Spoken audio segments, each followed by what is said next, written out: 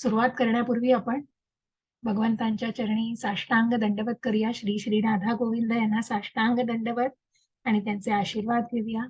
श्री नामनिष्ठ प्रभूजी जे श्रीला प्रभुपाद यांनाही साष्टांग दंडवत, त्यांचेही आशीर्वाद घेऊया. श्री नामनिष्ठ प्रभूजी यांनाही माझा साष्टांग दंडवत आणि या इस्कॉनच्या पूर्ण टीमला माझा सादर प्रणाम. आपण आपल्या 18व्या अध्यायाला सुरुवात करतो आहोत, जिथे 17व्या अध्यायापर्यंत ज्ञान सगळं सांगून झालेलं आहे भगवंतांचं. मग 18वा अध्याय काय आहे तर मोक्ष संन्यास योग, त्यागाची पूर्णता. कुठेतरी अजूनही अर्जुनाने जे काही ज्ञान घेतलेलं आहे त्याविषयी थोडीशी काही मनामध्ये थोडा संभ्रम असेल, म्हणजे थोडासा काही विचारायची आहेत प्रश्न अजून, की मग त्यागाचा थोडासा महिमा आणि त्यागा संदर्भातच जे काही प्रश्न सुरुवातीला अर्जुनाने विचारले त्याला जाणायचंय आपल्याला. आणि मग सगळ्या अध्यायांमधलं मग ज्या कर्मयोग, ज्ञानयोग आणि मग जो भक्तीचा योग, त्यानंतर ज्या बरेचसे श्लोक जसं मन्मनाभव मद्भक्तो मद्याजिन्मा नमस्कुरु मामे वैश्यसी यथैव, ते दुसरा जो श्लोक आहे तो मला फक्त त्याची दुसरी ओळ मी सांगते. मन्मनाभव मद्भक्तो मद्याजिम्मा नमस्कुरु मामे वैश्यसी युक्तैव मात्मानं मत्परायणः. आणि आता जो 18व्या अध्यायामधला बघा 66वा श्लोक आहे तोही तेच सांगतोय. सॉरी 65वा. मन्मनाभव मद्भक्तो मद्याजिम्मा नमस्कुरु मामे वैश्यसी सत्यम ते प्रियजाने प्रियोसी. अशी ही दुसरी ओळ फक्त थोडीशी बदलली आहे, पण अर्थ जो काही त्या ज्ञान सांगितलेलं आहे त्याच्यातनं तो सगळा एकच आहे. आणि अशा या ज्ञानाचं आपण पूर्णपणे पुन्हा सगळं उजळणी होणार आहे सगळ्या अध्यायांची. जे काही आपण जाणलंय त्या गोष्टी पुन्हा थोड्याशा 18व्या अध्यायामध्ये जाणून घ्यायच्या आहेत. आणि म्हणून मग ज्या 17व्या अध्यायामध्ये काल आपण जाणलं की मग ज्या श्रद्धात्रय विभाग योग, म्हणजे 3 प्रकारच्या श्रद्धा. मग अर्जुनाने जो प्रश्न विचारला की मग जे स्वतःच्याच मनाने काही कल्पून किंवा शास्त्राला न जुमानता आणि शास्त्राला न म्हणता जे काही स्वतःच्याच बुद्धीने जे श्रद्धा ज्यांची असते ती श्रद्धा कशी असते मग मग ती 3 प्रकारची असते. या अनाधिकृत उपासनेबद्दल चौकशी केली आहे शास्त्रविधी मुस्त्रुज्य. अर्जुनाने चौकशी केली आहे आणि म्हणूनच भगवंत सांगतायत मग ही 3 प्रकारची श्रद्धा आहे जी सत्व, रज आणि तम हे 3 गुण ठरवतात. मग कुठल्या प्रकारचं अन्न हे 3 प्रकारच्या व्यक्ती ग्रहण करतात की ज्याने त्याच्यावरती प्रभाव असतो त्या गुणांचा. आयु, सत्व, बल, आरोग्य. जे सात्विक अन्न खातात, राजसिक अन्न आणि तामसिक अन्न, मग त्या अन्न सेवन करण्याचा सुद्धा त्याच्यावरती काय परिणाम असतो. राजश्री माताजी, आपण थोडं नंतर, काही अर्जंट आहे का चॅटमध्ये सांगाल?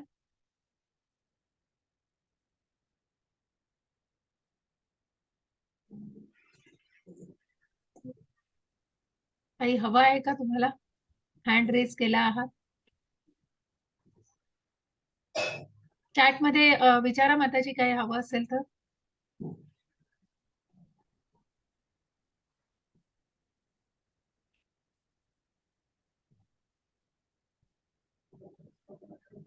बोला माताजी. हरे कृष्ण. मी अनम्यूट केलंय तुम्हाला, बोला. शक्यतो मी घेत नाही आता. 18वा अध्याय, काही अर्जंट तुमचं असलं तर मी. बोला माताजी. हरे कृष्ण. अनम्यूट होऊ शकता तुम्ही. हरे कृष्ण माताजी, चुकून हात लागला. चुकून हात लागला. ओके ओके, ठीक आहे. हरे कृष्ण. No problem. खाली करा ना मग. तो लोअर करूया आपण माताजी, त्यांना जमत नसेल तर. ठीक आहे, हरकत नाही. हरे कृष्ण. हरकत नाही, ठीक आहे. म्हणून म्हटलं काही अर्जंट असेल तर तेवढं फक्त घेतलं. तर अशा या 17व्या अध्यायामध्ये आपण 3 प्रकारच्या श्रद्धा जाणल्या. मग की त्या श्रद्धांचा भाग कुठला मग की श्रद्धाच्या यज्ञ, दान आणि तप. मग यज्ञ, तप आणि दान या 3 प्रकारचे जे विधी आहे केले जातात ते कुठल्या बुद्धीने, मग ज्या सात्विक बुद्धीने केले जातात, राजसिक प्रकारे केले जातात आणि तामसिक प्रकारे केले जातात. मग तामसिकता सगळी अज्ञानातच मोडते हो. कारण जे काही केलं जातं ते सगळं अज्ञानापोटीच केलं जातं. मग जे आपण बघितलं की ज्या ज्या यज्ञाला आपण बघितलं, ज्या तपाला आपण बघितलं, ज्या दानाला आपण बघितलं, की मग जे काही करतो आहे त्याची कुठल्याही प्रकारचा काही त्याला कुठल्याही प्रकारचा चांगुलपणा किंवा त्याच्यात आढळतच नाही, परंतु काय करतोय याची सुद्धा कल्पना नसते. मग कुठल्या प्रकारचा यज्ञ करताना ज्या हिरण्यकश्यपूचं आपण उदाहरण ज्या वेगवेगळ्या असुरांचं उदाहरण घेतलेलं आहे, जे मी नंतर तुम्हाला सांगते खूप आत्ता, कारण ऑलरेडी 3:30 झालेत आणि मग या आपल्याला पुन्हा बोलायचंच आहे त्याच्याविषयी. तर मग हे जे आसुरी आसुरी वृत्तीचे लोक असतात ते कशा प्रकारचे यज्ञ करतात, कशा प्रकारचं दान करतात आणि तप करतात.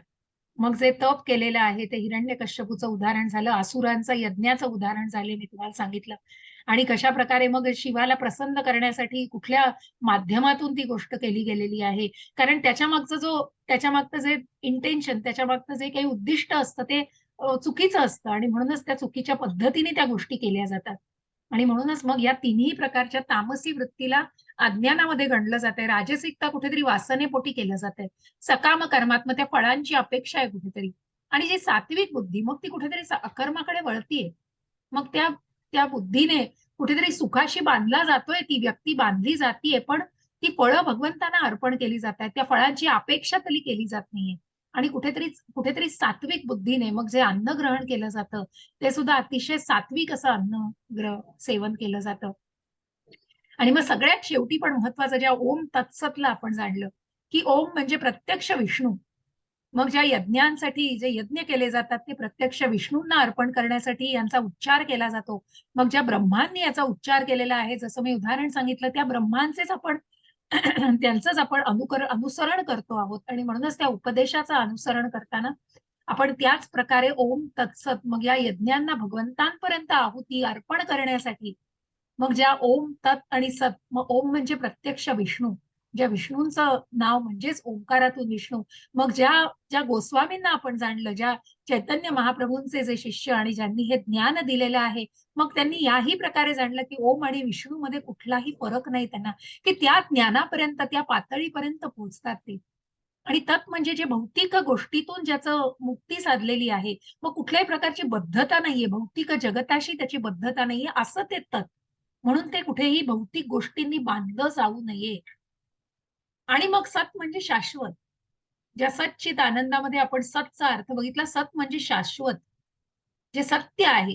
आणि अशा प्रकारचं मी जे करतो आहे ते या भौतिक जगताच्या बंधनातून मुक्त असावं, ते शाश्वत असावं. भगवंताला अर्पण करताना, ते विष्णूला अर्पण करताना विष्णूचं नामस्मरण करून ते अर्पण करावं. आणि म्हणूनच ते परमात्म्याला अर्पण करताना हे ओम तत्सत ह्या तीनही शब्दांचा किंवा मग कुठेतरी सत ओम किंवा तत् किंवा सत इति निर्देश. आणि अशा प्रकारे कुठल्याही या शब्दांचा उच्चार करून आपण ते भगवंतांना अर्पण केलं जातं. थोडंसं पुढे जातीये मी आज, खूप त्याच्यावर नाही थांबत आहे. मग या 18व्या अध्यायावर, कारण थोडा अध्याय पुढे आहे, बराच थोडा वेळ आहे होणार आहे आपल्याला. आणि मग या 18व्या अध्यायात काय जाणायचंय, जसं मी म्हटलं की कर्मातून भक्ती. मग ज्या पहिल्या 6 अध्यायांमध्ये आपण जाणलं पावनानी मनीषिणाम, कर्मयोगाद्वारे बंधनातून मुक्तता. मग हा कर्मयोग जो आपण जाणला, मग ज्या योग्यांना मग कर्म संन्यास नाही, मग अर्जुनाला जो प्रश्न पडला आहे त्याच्यावर भगवंत उत्तर देत आहेत. मग ज्या 5व्या अध्यायामध्ये आपण जाणलं की कर्म संन्यासापेक्षा, कारण भगवंत कर्माला महत्व देत आहेत. मग ज्या कर्माच्या ज्या गुणकर्माने भगवंतांनी ज्या वर्णाश्रम पद्धतीची निर्मिती केलेली आहे आणि त्यालाही आपण जाणलेलं आहे 5व्या अध्यायामध्ये. आणि या वर्णाश्रम पद्धतीने, आणि म्हणूनच कर्मयोग, कर्म संन्यास, म्हणूनच एखादा संन्यासी असतो त्या कर्माचा त्याग करतो. कारण कुठेतरी स्वतःच्या म्हणून त्या भौतिक गोष्टींचा त्याग करण्यासाठी, भगवंतांच्या भक्ती मार्गात येण्यासाठी त्या भौतिक गोष्टींचा त्याग केला आहे का ते बघायला लागतं.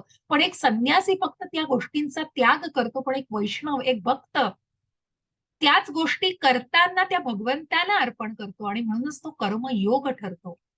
आणि म्हणूनच भगवंतांनी सांगितलंय कर्म संन्यासापेक्षा, जरी ते योग्य मानलं गेलं असलं तरी ते कर्मयोग हा कर्म संन्यासापेक्षा श्रेष्ठ आहे. कर्माचा त्याग करू नका, कर्म पूर्ण करा, आपलं कर्तव्य पूर्ण करा आणि ते भगवंतांना अर्पण करा. मग कुठलाही स्वार्थ नकोय, ते कर्म अर्पण करताय, कर्माची फळं अर्पण करताय, तर कर्म न करता कर्माची फळं ही भगवंतांनी श्रेष्ठ मानली आहेत. आणि म्हणूनच कर्माची फळं ही भगवंतांना अर्पण केली जातात, ते निष्काम कर्म ठरतात. आणि त्यालाच अकर्म म्हटलं आहे. ज्या नारद मुनींचं आपण उदाहरण घेतलं, म्हणजे अकर्मी व्यक्तीला ज्या 13व्या अध्यायात आपण जाणलं की ज्ञान काय आहे आणि अज्ञान काय आहे, आणि मग हे ज्ञान घेऊन काय आपल्याला जाणायचं आहे. मग असं ज्ञान घेतलेली व्यक्ती काय आहे, तर ती अकर्माकडे वाटचाल करते. आणि मग या शुद्ध भक्तीमध्ये कशा प्रकारे मग कर्माचे घटक, या कर्मातूनच आपल्याला जाणायचंय, की खूप सुंदर असा श्लोक आहे आणि ज्याच्यामध्ये आपल्याला कर्माविषयी जाणून घ्यायचंय. आणि मग सगळे 3 गुणच सगळं काही नियंत्रित करतात. मग ज्या सत्व, रज आणि तम 14व्या अध्यायापासून ज्या ज्ञानाला आपण सुरुवात केलेली आहे, त्रिगुणांचं ज्ञान घ्यायला, त्याला कशाप्रकारे हे जे काही आहे, मग जे काही तुमचं करता असतो, जो काही कर्म करत असतो, त्याच्यावरतीही त्या सात्विक, राजसिक आणि तामसिकतेचा प्रभाव असतो. जे काही तो निश्चय करत असतो, जी काही त्याची बुद्धी काम करत असते, जे काही निर्णय तो घेत असतो, आणि त्या सगळ्यावरती या सात्विक, राजसिक आणि तामसिक या त्रिगुणांचा प्रभाव असतो. आणि मग या वर्णाश्रम पद्धतीद्वारे, म्हणूनच मग जे जे या वर्णाश्रम पद्धतीद्वारे आपण जाणलं, की मग जे व्यक्ती जाणू शकत नाहीत भगवंतांना, त्यांच्यासाठी भगवंतांनी की की कोणीही ब्राह्मण असो, क्षत्रिय असो, वैश्य असो, क्षुद्र असो, ते आपापल्या कर्माने, आपापल्या विधीपूर्वक अशा कर्माने जे काही त्यांचं विहित कर्म आहे ते भगवंतांना अर्पण निश्चित करू शकतात आणि भगवंतांच्या स्वभावाची आणि भगवंतांची प्राप्ती करू शकतात, भगवत धामाची प्राप्ती करू शकतात. आणि म्हणून मग असं हे गोपनीय ज्ञान देताना पुढे शुद्ध भक्तीविषयी पुन्हा आपण जाणतो आहोत. आणि म्हणून ज्या 9व्या अध्यायातला श्लोक पुन्हा थोडासा, मद्भक्ती लभते पराम आणि भक्त्या माम विजानाती, की कशा प्रकारे तू माझी उपासना कर आणि कशा प्रकारे तू माझ्यावरती मन आणि बुद्धी केंद्रित कर. आणि मग सगळ्याचा त्याग कर, सर्व धर्मांचा त्याग कर, कुठल्याही प्रकारच्या धर्माला बाजू मानू नकोस तू. म्हणूनच भगवंतांनी कुठल्याही धर्माने नाही, कुठल्याही जन्माने नाही, तर गुणकर्माने ती विभागणी केलेली आहे. आणि म्हणूनच या भक्तीमध्येच तू स्वतःला विलीन कर. अशी ही सुंदर भगवंत अभीट असा भक्तीचा आपण अध्याय प्रत्यक्ष या 7 ते 12 मध्ये आपण जाणलेलंच आहे. भक्ती योग काय आहे. मग पुन्हा थोडीशी उजळणी आज होईल आणि माझ्या शेवटच्या श्लोकावरती आपण येणार आहोत, जो माताजींनी 3 वेळा म्हटला, यत्र यत्र योगेश्वर कृष्णो तत्र पार्थ धनुर्धरा. किती कशा प्रकारे जिथे भगवंत आहे, जिथे पार्थ धनुर्धर आहे, तिथे विजयश्री नक्कीच आहे. आणि हेच आपल्याला आज जाणायचं आहे. आणि म्हणून थोड्याशा उजळणीतून पुढे जाऊन आपण त्या शेवटच्या श्लोकापर्यंत पोहोचणार आहोत.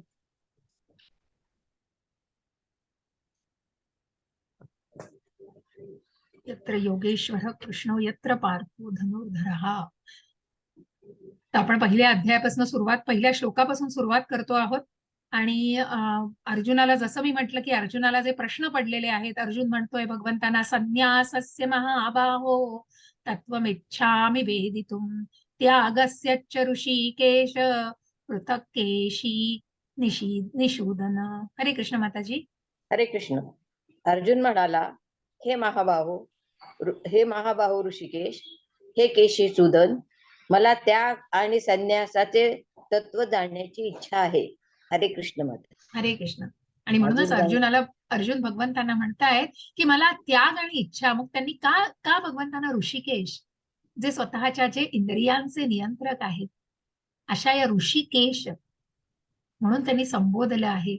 आणि ज्या केशिनी सुदन, ज्या केशी आसुराचा ज्यांनी वध केलेला आहे, म्हणून केशिनी सुदन, की माझ्यातल्या संभ्रमांचा, ज्या प्रकारे अर्जुनाच्या मनामध्ये जे संभ्रम एका आसुराप्रमाणे जे विचार होते, त्या सगळ्याचा ज्ञानाच्या शस्त्राने नाश झालेला आहे, विनाश केलेला आहे. आणि म्हणूनच केशिनी सुदन, माझ्यातल्या या सगळ्या कुठल्या तरी ज्या चुकीचे विचार किंवा मग ज्या काही माझ्या मनामधल्या संभ्रमाच्या जे काही विचार आहेत त्याचा नाश करायचा आहे, अशा अज्ञानाचा कुठेतरी नाश केलेला आहे. आणि म्हणूनच अर्जुन भगवंतांना पुन्हा एकदा त्याग आणि संन्यासाचं तत्व, मग त्याग म्हणजे नक्की काय आहे आणि संन्यासत्व म्हणजे काय आहे नक्की, हे तत्व अर्जुनाला पुन्हा जाणून घ्यायचं आहे.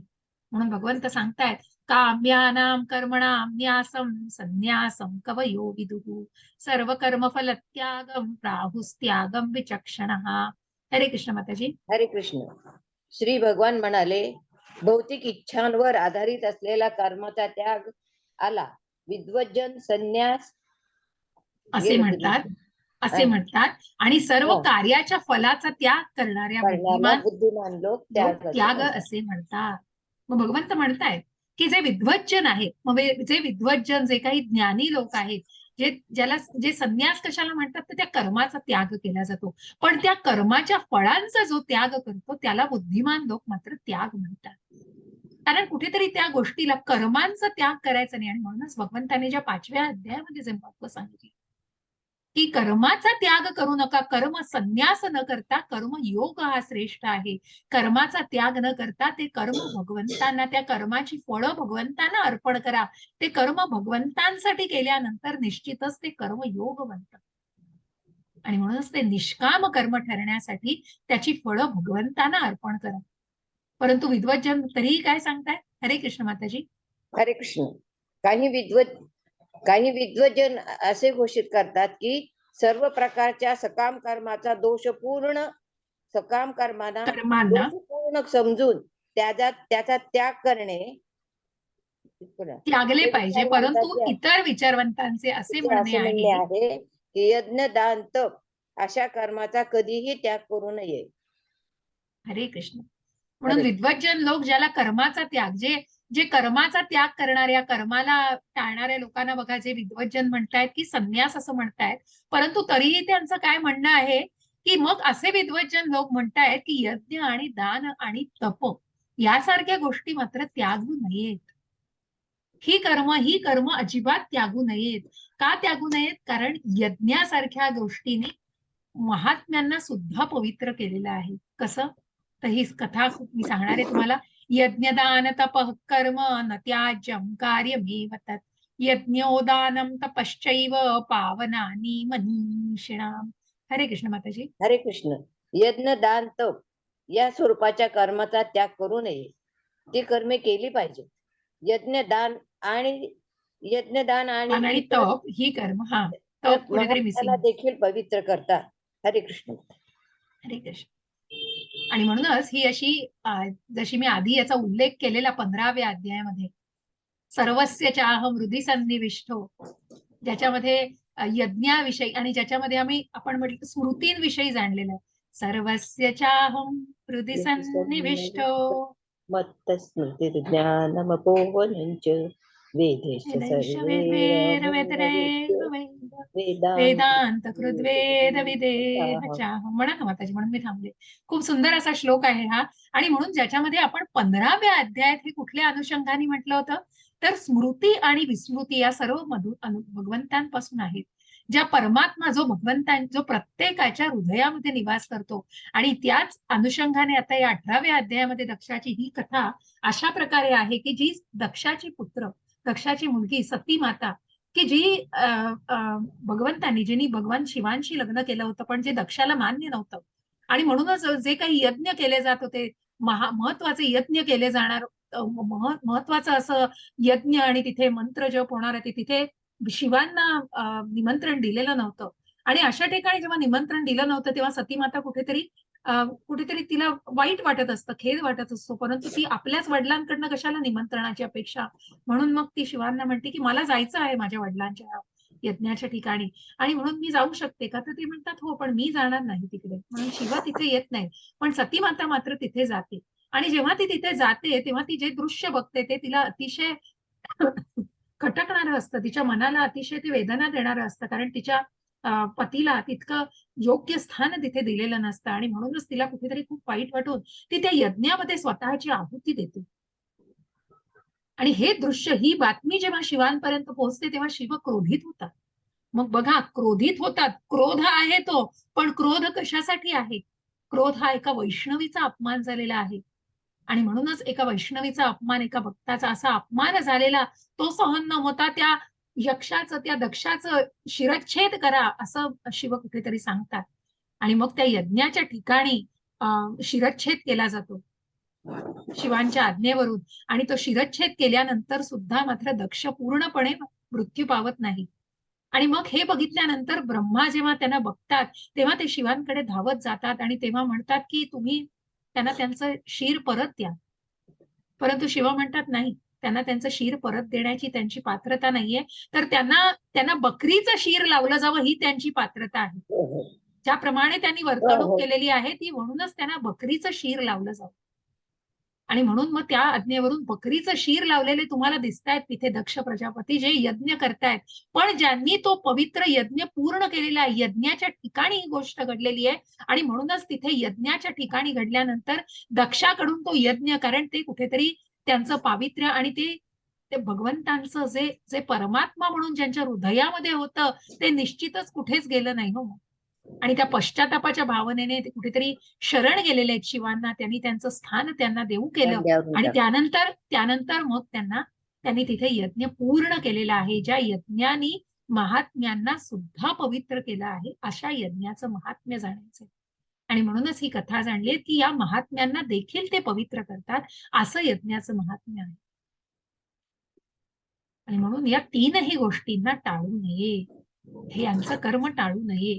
एतान्यपि तु कर्माणि संगं त्यक्त्वा फलानि च कर्तव्यानि ति मे पार्थ निश्चितं मत्तमुत्तमम्. हरे कृष्ण माताजी. हरे कृष्ण. ही सर्व कर्मे कोणत्याही प्रकारची आसक्ती किंवा फलाची अपेक्षा विना केली पाहिजे. हे पार्थ, ही कर्मे कर्तव्य बुद्धीने केली पाहिजेत, हे माझे अंतिम मत आहे. हरे कृष्ण. हरे कृष्ण. किती आणि वेळा म्हणूनच जी काही कर्म आहे, कोणत्याही प्रकारची आसक्ती किंवा फलाच्या अपेक्षेविना केली पाहिजे. जे निष्काम कर्म, माझ्या चित्रामध्ये आपल्याला दिसतंय की ज्या मनुष्याला जो बाहेर काढायचा प्रयत्न करतोय त्याने एका प्राण्याला सुद्धा, कारण कुठेतरी कर्तव्याची भावना आहे आणि म्हणूनच कुठल्याही फळांची अपेक्षा न ठेवता ते कर्तव्य बुद्धीने केलेलं कर्म हे निश्चितच श्रेष्ठ मानलं पाहिजे, अशी हे माझं अंतिम मत आहे. आणि म्हणूनच ही कर्तव्य बुद्धी, हे निष्काम कर्म हे किती श्रेष्ठ आहे, जे कर्तव्य बुद्धीने केलं जातं. अशा कर्माला महत्व आहे हो. आणि म्हणून मग जे काही नामस्मरण केलं जातं, ज्या ज्या आध्यात्मिक पातळीवर, मग बऱ्याच जण म्हणतात की नाही मला करायचं, मग आपण बऱ्याचदा म्हणतो की मग बऱ्याचदा जसं आपण त्या 12व्या अध्यायामध्ये सेवेचं कर्म की निष्काम कर्म, की मग तुम्ही तुमच्याकडून तुमचं तुमचं तुमचं ते कर्म पार पाडा, की तुम्ही तुमच्याकडून तुमचं फळं, कर्माची फळं जी आहेत ती भगवंतांना कुठल्याही प्रकारची अपेक्षा न ठेवता, फळांची अपेक्षा न ठेवता ते कर्म करा. मग तुम्ही जे नामस्मरण करता आहात ते कुठल्याही फळाची अपेक्षा न ठेवता ते करा.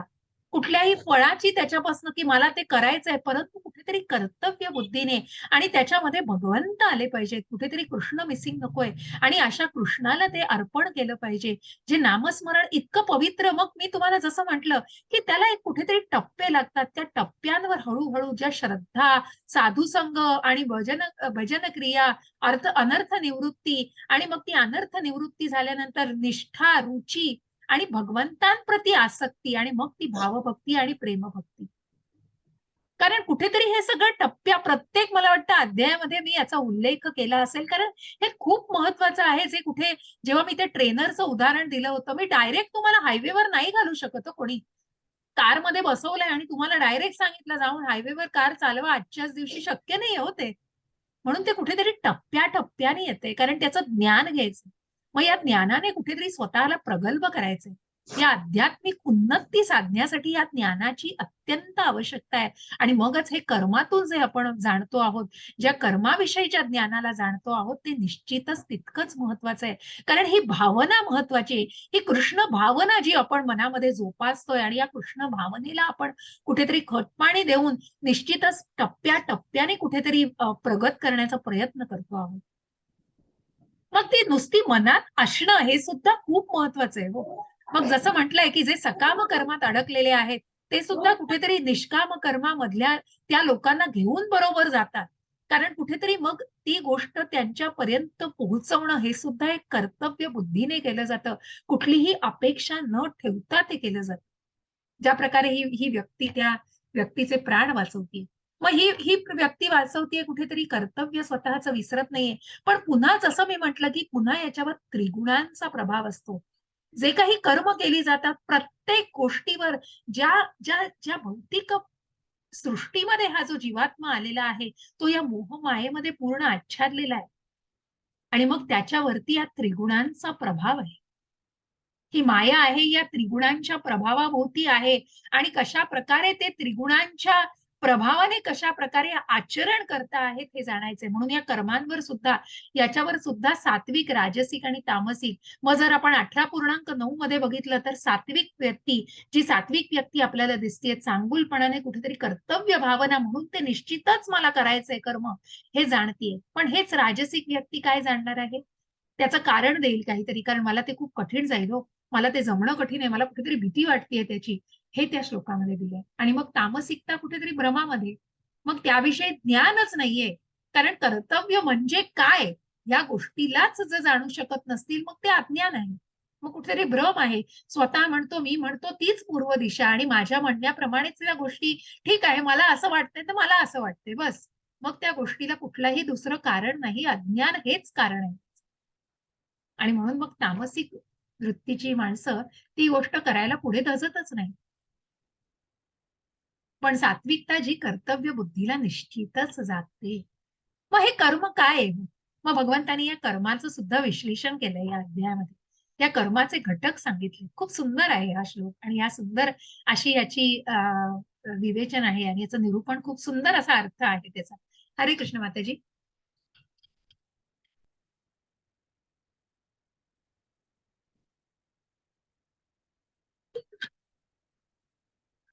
माताजींना दिसत नाहीये बहुतेक. हरे कृष्ण माताजी.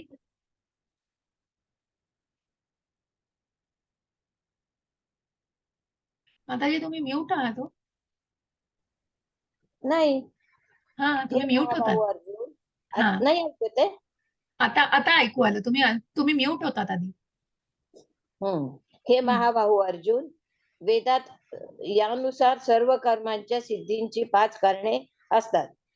ती माझ्याकडून समजून घे. कर्माचे स्थान म्हणजे शरीर, करता. करताना विभिन्न इंद्रिये, अनेक प्रकारचे यत्न आणि शेवटी गेलं ते पडतं परमात्मा. हा ते तुमचं जात आहे. हो. ठीक आहे, हरकत नाही माताजी. ते शेवटी मोठं परमात्मा हीच 5 कारणं आहेत. मग बघा, एखादं कर्म म्हणजे कुठेतरी उदाहरणादाखल सुद्धा तिथे दिलेलं आहे.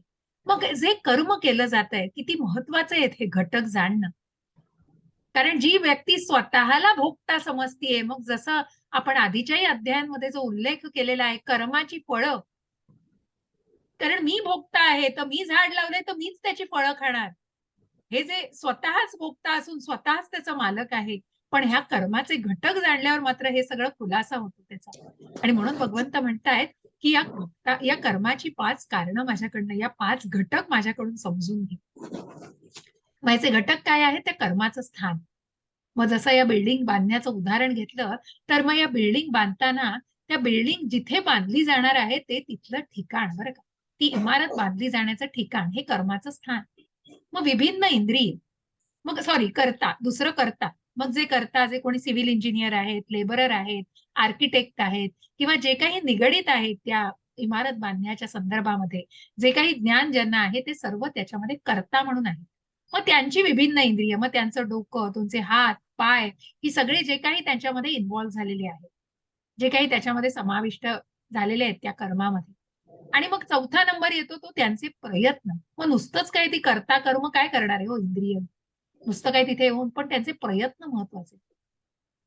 आणि मग प्रयत्नांती परमेश्वर, जसा सगळ्याच प्रयत्न केल्यानंतर अनुमती देणारा हा परमेश्वर पाहिजे हो.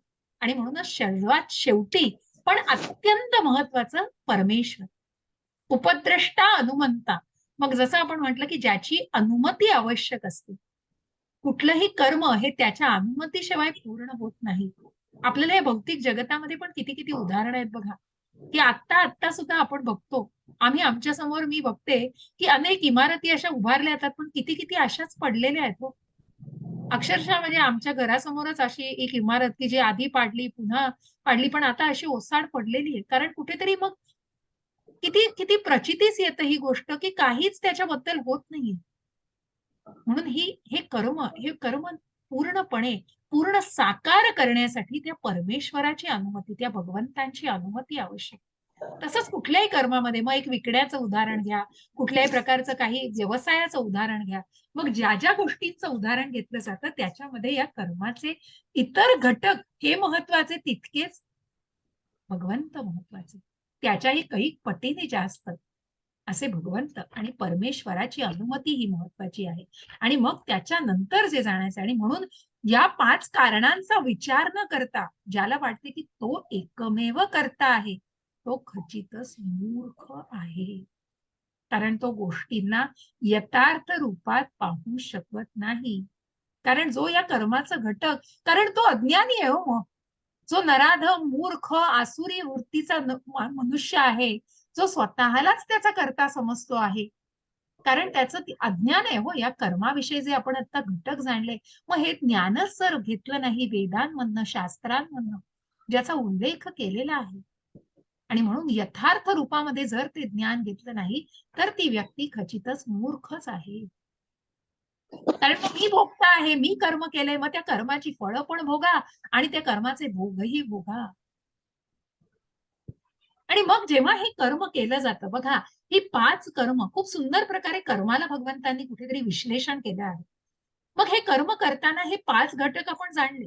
मग ते कर्म करण्याच्या आधी कुठेतरी आंतरिक मनामध्ये त्याचे विचार सुरू झालेले असतात बघा.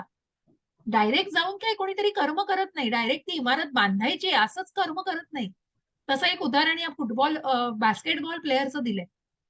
की मग डायरेक्ट जाऊन एखादी कर्म असं टार्गेट सारखं नाही केलं जात. कुठेतरी ते वैचारिक पातळीवर पण त्याचा विचार केला जातो. कुठेतरी प्लॅनिंग केलं जातं त्याच्यासाठी. आणि मग कुठल्या गोष्टी त्याच्यामध्ये समाविष्ट असतात, तर त्याबद्दलचं ज्ञान, ध्येय, मग काय ध्येय आहे ते ज्ञान घेऊन काय ध्येय करायचं आहे, आणि जे हे ध्येय पूर्ण करतो आहे तो ज्ञाता. अशी ही कर्माला प्रेरणा देणारी कारणं आहेत. आणि जे घटक आहेत त्यांना ही प्रेरणा देणारी कारणं आहेत. आणि म्हणूनच जे कुठेतरी आंतरिक मनामध्ये चालू असतात जे विचार आहेत. कारण मग जे ज्ञान आहे ते ज्ञान म्हणजे सपोज आता ह्या बास्केटबॉल पटूचं उदाहरण घेतलं तर बास्केटबॉल खेळण्याचं जे ज्ञान आहे तो हा कर्ता आहे, तो हा ज्ञाता आहे. म्हणजे ज्ञान आणि ज्ञाता झालं. आणि ध्येय काय आहे तर तो बॉल बरोबर बास्केटमध्ये गेला पाहिजे. पण कितीतरी तो बास्केटमध्ये जाण्याच्या आधी जे काही त्याचे विचार सुरू झालेले असतात, आणि म्हणूनच ती प्रेरणा देणारे कुठेतरी विचार असतात की आपल्याला ते ध्येय गाठायचंय, ज्ञानाचं ध्येय, जे ज्ञेय, त्या ज्ञानाला जाणून बरोबर बास्केटबॉल कसा खेळतात, मग का कोचिंग दिलं जातं, का ज्ञान दिलं जातं, का क्रिकेटचे एवढे कोचिंग क्लब्स आहेत आणि ह्यो का, कारण ते ज्ञान आहे. त्या खेळाविषयीचं ज्ञान असेल तो कोणी उठून सोमागम खेळू नाही शकतो बास्केटबॉल किंवा कुठलेही इतर खेळाडू आपण म्हणतो की कुठलेही खेळ खेळताना, कारण त्याचं ज्ञान आवश्यक असतं. आणि म्हणून ही प्रेरणा देणारी कुठेतरी कारणं आहेत. असं सुंदर या कर्माचं विश्लेषण भगवंतांनी सांगितलं. आणि मग ज्याचा अनालिसिस केला जातो. मग हे कुठेतरी ही जी स्लाइड आहे ती अशा प्रकारे बनवली आहे, की मग तुम्ही स्वतःला कुठल्या गुणामध्ये बघताय? कर्म स्वतः तुम्ही जे काही करता आहात, मग तुम्ही आता या आध्यात्मिक मार्गावरती या 18व्या अध्यायाचं आज अध्ययन करता आहात. मग स्वतःला तुम्ही या 18 दिवसामध्ये किंवा मग त्याच्याही आधी किंवा याच्याही पुढे मग तुम्ही स्वतःला सत्व, रज का तम या कुठल्या वर्गामध्ये तुम्ही मोडताय, हे तुम्ही स्वतःला अॅनलाईज करायचं. ही छोटीशी ऍक्टिव्हिटी म्हणून, की मग तुम्ही तुमचं स्वतः करा. कारण जसं मी म्हटलं, की प्रत्येक गोष्टीवरती त्रिगुणांचा प्रभाव असतो. जसं आपण आधी म्हटलं ही कर्तव्य बुद्धी. मग ती कर्तव्य बुद्धीला सुद्धा या 3 गुणांचा प्रभाव आहे. मग सात्विक वृत्ती त्याची कसा विचार करतीये, राजसिक कसा आणि तामसिक, त्याच प्रकारे आपल्याला या कर्त्याला, त्या कर्माला, मग ज्या निश्चयाला, बुद्धीला, सुखाला अशा प्रकारे या सगळ्यावरती कशा प्रकारे त्रिगुणांचा प्रभाव आहे आणि या त्रिगुणांमुळे कशा प्रकारे फरकाने आपल्याला जाणून घ्यायचं आहे. येतंय माताजी वाचता की मी हो, वाचू? हो. ओके. हरे ज्या ज्ञानामुळे अनंत रूपातील विभाजित असलेल्या सर्व जीवांमध्ये एकच अविभक्त आध्यात्मिक स्वभाव दिसून येतो, त्या ज्ञानाला तू सात्विक समज. ज्या ज्ञानामुळे अनंत रूपातील विभाजित असलेल्या सर्व जीवांमध्ये एकच अविभक्त आध्यात्मिक स्वभाव दिसून येतो, त्या ज्ञानाला तू सात्विक समज. 18:21. जे ज्ञान प्रत्येक नाही हे गेला अर्थ ह्याचं. हे गेलं? असं का होतंय? पूर्ण ते येत तुमचं नाहीये. नेटवर्क इश्यू आहे. बरोबर, हरकत नाही. जे ते ज्ञान नेटवर्क आहे, ज्याद्वारे नाही, पण पण मग ते जाता येत आहे ना, म्हणून ते कमी जास्त होत आहे मग त्याची कुठेतरी. नेटवर्क आहे ना, ते थोडंसं वरखाली होत असेल. हरकत नाही, काही हरकत नाही. हे टेक्निकल हं. प्रॉब्लेम्स आहेत. ते ज्ञान ज्याद्वारे प्रत्येक भिन्न शरीरात भिन्न प्रकारचे जिवंत अस्तित्व आहे, हे आपणास समजले पाहिजे, की आपण उत्कटतेच्या स्थितीत असणे आवश्यक आहे. की ज्या ज्ञानामुळे बघा, मग मी हे समजावते सुद्धा वाचता-वाचता आणि मग ज्या सात्विकतेला माताजींनी वाचलं आधी, की मग ज्या ज्ञानामुळे तुम्ही अनंत, मग पंडितः समदर्शिनः हो, की मग ज्या प्रत्येक हं. शरीरामध्ये, प्रत्येक जीवामध्ये जो आलं. परमात्म्याला बघतोय, जो या सगळ्याचा जो बीज देणारा पिता हे प्रत्यक्ष भगवंत आहेत. म्हणून सर्व जीवांमध्ये एकच अविभक्त आध्यात्मिक, कारण मूळ स्वभाव हा आपला सगळ्यांचा आध्यात्मिक, आपण भगवंतांसारखेच आहोत हो. हे जो समजतोय, हे ज्ञान ज्याला आहे, ते ज्ञान म्हणजे सात्विक ज्ञान. आणि जो अविभक्त असा स्वभाव प्रत्येकामध्ये दिसून येतोय. पण हेच काय, राजसिकता ज्याच्यामध्ये आहे, ज्याच्यामध्ये उत्कटतेची भावना आहे, त्याला प्रत्येकाच्या शरीरामध्ये भिन्न-भिन्न असं ते व्यक्तिमत्व जाणवतंय. कारण मग तो सगळ्यांच्या शरीरामध्ये वेगवेगळ्या प्रकारे ते बघतोय. भिन्न प्रकारचं अस्तित्व त्याला जाणवतंय. कारण त्या परमात्म्याला अजून त्या आत्मसाक्षात्कारी पातळीवरच त्यांनी स्वतःला नेलेलं नाहीये. देहधारी भावनेवरच आहे कुठेतरी. म्हणून ते जे अस्तित्व आहे ते जिवंत अस्तित्व त्याप्रमाणे जाणवतं. आणि म्हणून मग वेगवेगळ्या प्रकारचं ते त्याप्रमाणे त्याला अभ्यासलं जातं आणि म्हणून ती उत्कटतेची स्थिती आहे. पण ते ज्ञान ज्यामुळे मनुष्य एकाच प्रकारच्या कार्याला सर्वस्व समजून आसक्त होतो, त्याला सत्याचं ज्ञानच राहत नाही. जे अतिशय अल्प असते अशा ज्ञानाला तमोगुणी ज्ञान म्हणतात. मग जे अज्ञान आहे हो, जे ज्ञान म्हणायचंच नाही. कारण जो काही स्वतःच्या वलयामध्येच आहे फक्त. मी म्हणेन ती पूर्व दिशा, मी म्हणेन माझं ज्ञान आहे तेवढंच ज्ञान. त्याच्या पलीकडे काहीच नाही, मग ते अज्ञान हो. कारण ज्ञानाचा कुठे तिथे मागमूसच नसतो. आणि म्हणून असं जे ज्ञान आहे, हे अज्ञान, हे तमोगुणी पण व्यक्तीचं ज्ञान हे अज्ञान आहे पूर्णपणे. मग ही व्यक्ती जे कर्म करतीये बघा, त्या ज्ञानाने जे काही सात्विक, राजसिक, तामसिक या ज्ञानाने जे काही कर्म केलं जातं, ते कशाप्रकारे केलं जातं? मग त्या भावना काय असतात? ते भाव काय असतात? तर जे कर्म नेमलेले आहे. मग पुन्हा ते कर्म कर्तव्य बुद्धीने केलं जातं. आसक्तीशिवाय केले जाते. जे राग, द्वेष न ठेवता फलप्राप्तीच्या इच्छेविना केले जाते. निष्काम पद्धतीने केलं जातं. त्याला सात्विक कर्म म्हणतात. आणि मग जे सकाम पद्धतीने केलं जातं, कारण फळाची अपेक्षा आहे. परंतु फल आशेची इच्छा धरणाऱ्या मनुष्याकडून मोठ्या प्रयासाने जे कर्म केलं जातं, ते त्याच्या अहंकार बुद्धीने केलं जातं आणि म्हणून ते रजोगुणी ठरतं. कारण मग तो खोटा अहंकार आहे हो. प्रतिष्ठेपायी जर ते कर्म केलं गेलं, तर मला हे हवंय, मला प्रमोशन हवंय म्हणून मी वाटेल तसा वागेन. पण मला ते प्रमोशन मिळालंच पाहिजे. मग प्रयास अशामध्ये लावला जातोय जिथे सकाम कर्म आहे. कारण तो अहंकार आहे हो, तो खोटा अहंकार आहे त्याच्यामध्ये. आणि म्हणूनच ते कुठेतरी राजसिकता त्याच्यामध्ये वासनेचा कुठेतरी दर्प येतोय. आणि जे कर्म मोहाने शास्त्रीय आदेशाची कुठल्याही विकर्म म्हणा हो त्याला. मग मधलं आहे ते सकाम कर्म, दुसरं हे निष्काम कर्म आणि हे अकर्म. जे कर्म मोहाने शास्त्रीय आदेशाची अवहेलना करून भावी बंधनांची पर्वा न करता हिंसा अथवा दुसऱ्यांना क्लेश देण्याकरता केलं जातं, ते कर्म तामसिक कर्म म्हणजेच विकर्म.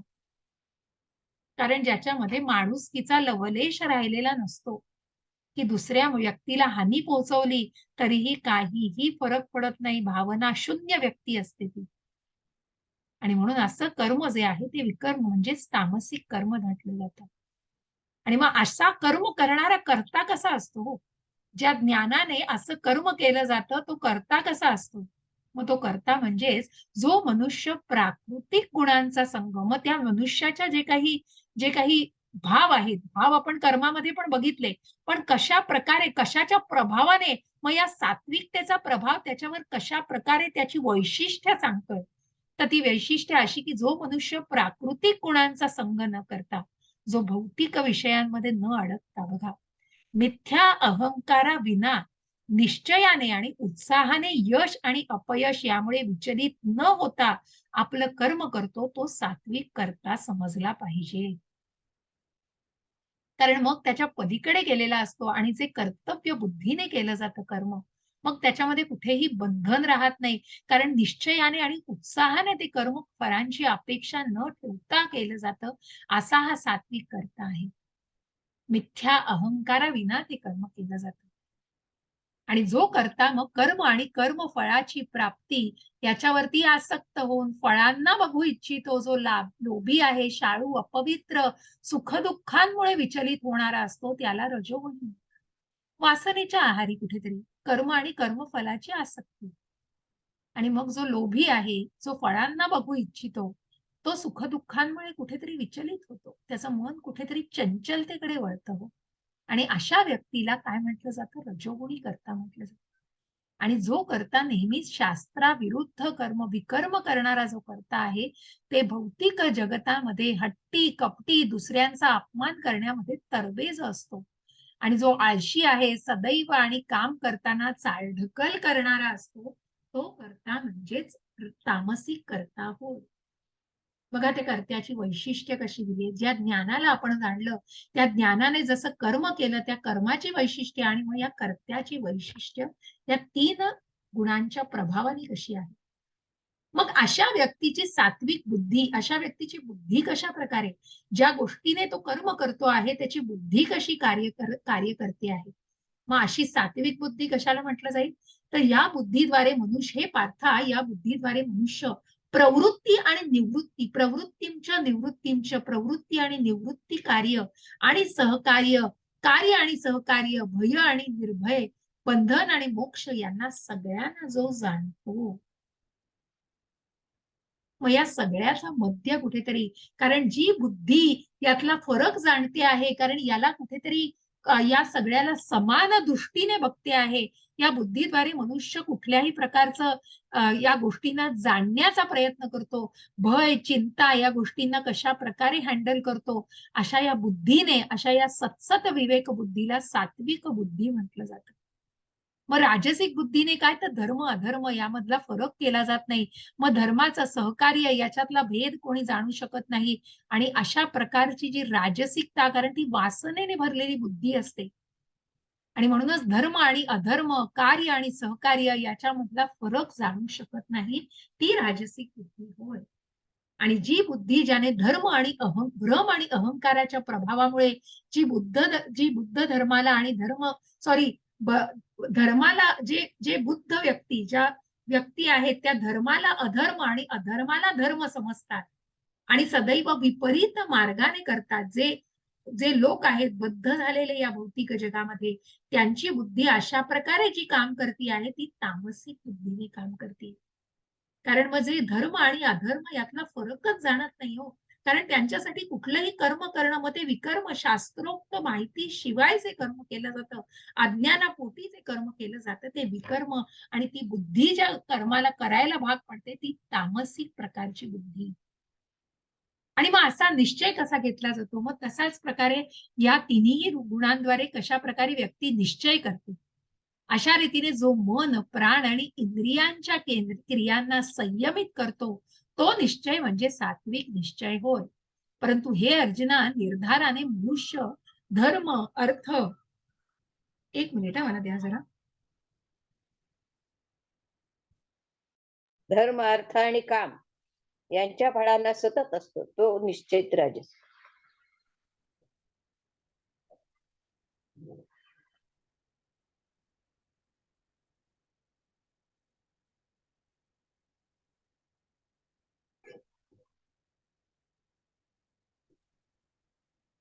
हा माताजी. हरे कृष्ण, वाचताय तुम्ही? हा, परंतु हे अर्जुन, या निर्धाराने मनुष्य धर्म, अर्थ आणि काम यांच्या फळांना सतत असतो, तो राजसिक होय.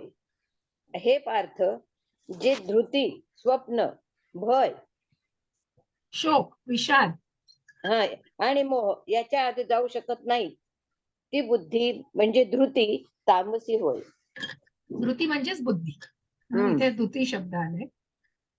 तर अशी जी मोहाच्या आणि म्हणून मग जो दुर्बुद्धी. निश्चय केला जातो, जो मन, बुद्धी आणि जे आपण म्हटलं की ज्या खोट्या अहंकाराला बाजूला ठेवून मग ज्या मनाला, इंद्रियांना मन, प्राण आणि जसं आपण ते अन्नमय कोश, मनोमय कोश, प्राणमय कोश, विज्ञानमय कोश आणि मग ज्ञानमय आणि विज्ञानमय कोश आणि मग तो आनंदमय कोश. अशा प्रकारे मन आणि प्राणमय, मग ज्या मनोमय आणि प्राणमय कोशामध्येच कुठेतरी स्वतःला प्रगत करून ज्या इंद्रियांच्या क्रियांना जो संयमित करू शकतो, मग जो स्वतःला त्या आनंदमय कोशापर्यंत पोहोचवण्याचा प्रयत्न करू शकतो, तो तो संयमित करण्याचा निश्चय म्हणजेच सात्विक निश्चय होय. कुठेतरी त्या इंद्रियांवर नियंत्रण मिळवण्याचा निश्चय. कारण ते निश्चय केला नाही तर ती कशाप्रकारे मग ती धृती ज्या बुद्धीने मग ती बुद्धी काम करती ज्या सत्सत विवेक बुद्धीने तुम्ही ते कर्म करण्याचा निश्चय मग तो निर्धार केल्याशिवाय ते कर्म कसं केलं जाईल? जसं आपण ही कर्माला प्रेरणा देणारी आधी बघितलं ना आणि म्हणून मग तो निश्चय की मग मला हे प्लॅनिंग, मला ही गोष्ट साधायची आहे, मला ही गोष्ट करायची आहे. असा जो निश्चय केला जातो, तो निश्चय म्हणजे मग जेव्हा इंद्रियांना नियंत्रण करायचं आहे, म्हणजे त्या कर्माला करताना कशाप्रकारे त्याचं विश्लेषण करून मग या पुढच्या गोष्टींना आपल्याला बघा कसं भगवंतांनी किती सुंदर ज्ञान दिलेलं आहे. किती सुंदर असं हे इतकं प्रात्यक्षिक ज्ञान आहे हो. त्याचा खरोखर मनुष्याने नीट विचार केला पाहिजे आणि अत्यंत सुलभ असं, की जे जे कळायला सोप्यात सोपं म्हणून आपल्या या नामनिष्ठ प्रभूंनी तर याला अतिशय अजून या स्लाइड्सद्वारे इतकं सुलभ करण्याचा प्रयत्न केलाय आणि आपण त्याला मग मराठीमध्ये ट्रान्सलेट करून मग ज्या स्लाइड्स होत्या इंग्लिशमध्ये ते कुठेतरी जरा म्हणून आपल्याला धृती आणि निश्चय मग कुठेतरी थोडंसं करताना काही एडिटिंग चुका झालेल्या आहेत. त्या थोड्याशा खूप अशा प्रकर्षाने जाणवणार नाही, फक्त शब्दावरती आहे म्हणून त्या बदललेल्या नाहीयेत. पण अर्थ समजून घ्या त्याचा आणि म्हणून ज्या निर्धाराने मनुष्य धर्म, अर्थ आणि काम मग सतत जेव्हा मनुष्य ज्या सकाम कर्मात अडकलेला असतो, की मला हे हवंय, मला ते पण हवंय, मला हे पण हवंय, मग मला तीही गोष्ट हवी आहे, ही पण गोष्ट हवी आहे. मग कुठेतरी मला ती त्या धनाचीही अपेक्षा आहे, मला ते कसंही मिळालं तरी चालेल, परंतु मला ते हवंच आहे.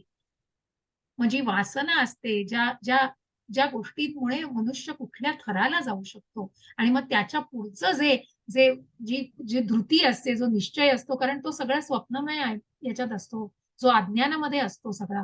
विषाद, मोह, स्वप्न, भय अशा मोहाच्या पलीकडे तो जाऊच शकत नाही. मग त्या मोहाला तो आवरूच शकत नाही. त्या एका लूपमध्येच तो फिरतो हो. स्वतःच्याच लूपमध्ये तो स्वतःला असं खोल, खोल, खोल, खोल, खोल नेत जातो. आणि अशी दुर्बुद्धी असते मग ही. ही बुद्धीच नाही, ही दुर्बुद्धी असते. आणि अशा दुर्बुद्धीने केलेला निश्चय म्हणजे तामसी निश्चय. मग म्हणजे आताच्या या भौतिक जगामध्ये ज्याला डिप्रेशन असे शब्द आहेत, की कुठेतरी स्वतःलाच त्या मग का ह्या गोष्टीमध्ये गुंतला जातो? म्हणजे आहे त्याच्यामध्ये सायंटिफिक मग मग बरेचसे सायकियाट्रिस्ट म्हणून ज्या भगवद्गीतेचं ज्ञान घेऊन, की ज्या मला वाटतं WhatsAppवर पण बरेचसे असे 1-2 व्हिडिओज असे की अत्यंत अत्यंत निष्णात अशा सायकियाट्रिस्टनी भगवद्गीता मग त्यांच्याकडे जेव्हा तो पेशंट आला, त्याला त्यांनी काही सांगितलं नाही. त्यांनी सांगितलं, "तू जाऊन भगवद्गीता वाच." आणि खरोखर त्यातले जे काही उदाहरणं आणि त्यातल्या त्या सगळ्या गोष्टी सांगून, की कशाप्रकारे मग मार्गावरती त्या मनुष्याला आणलं जाऊ शकतं. कारण शेवटी शरीराप्रमाणे मन सुद्धा ते आजारी झालेलं मन असतं.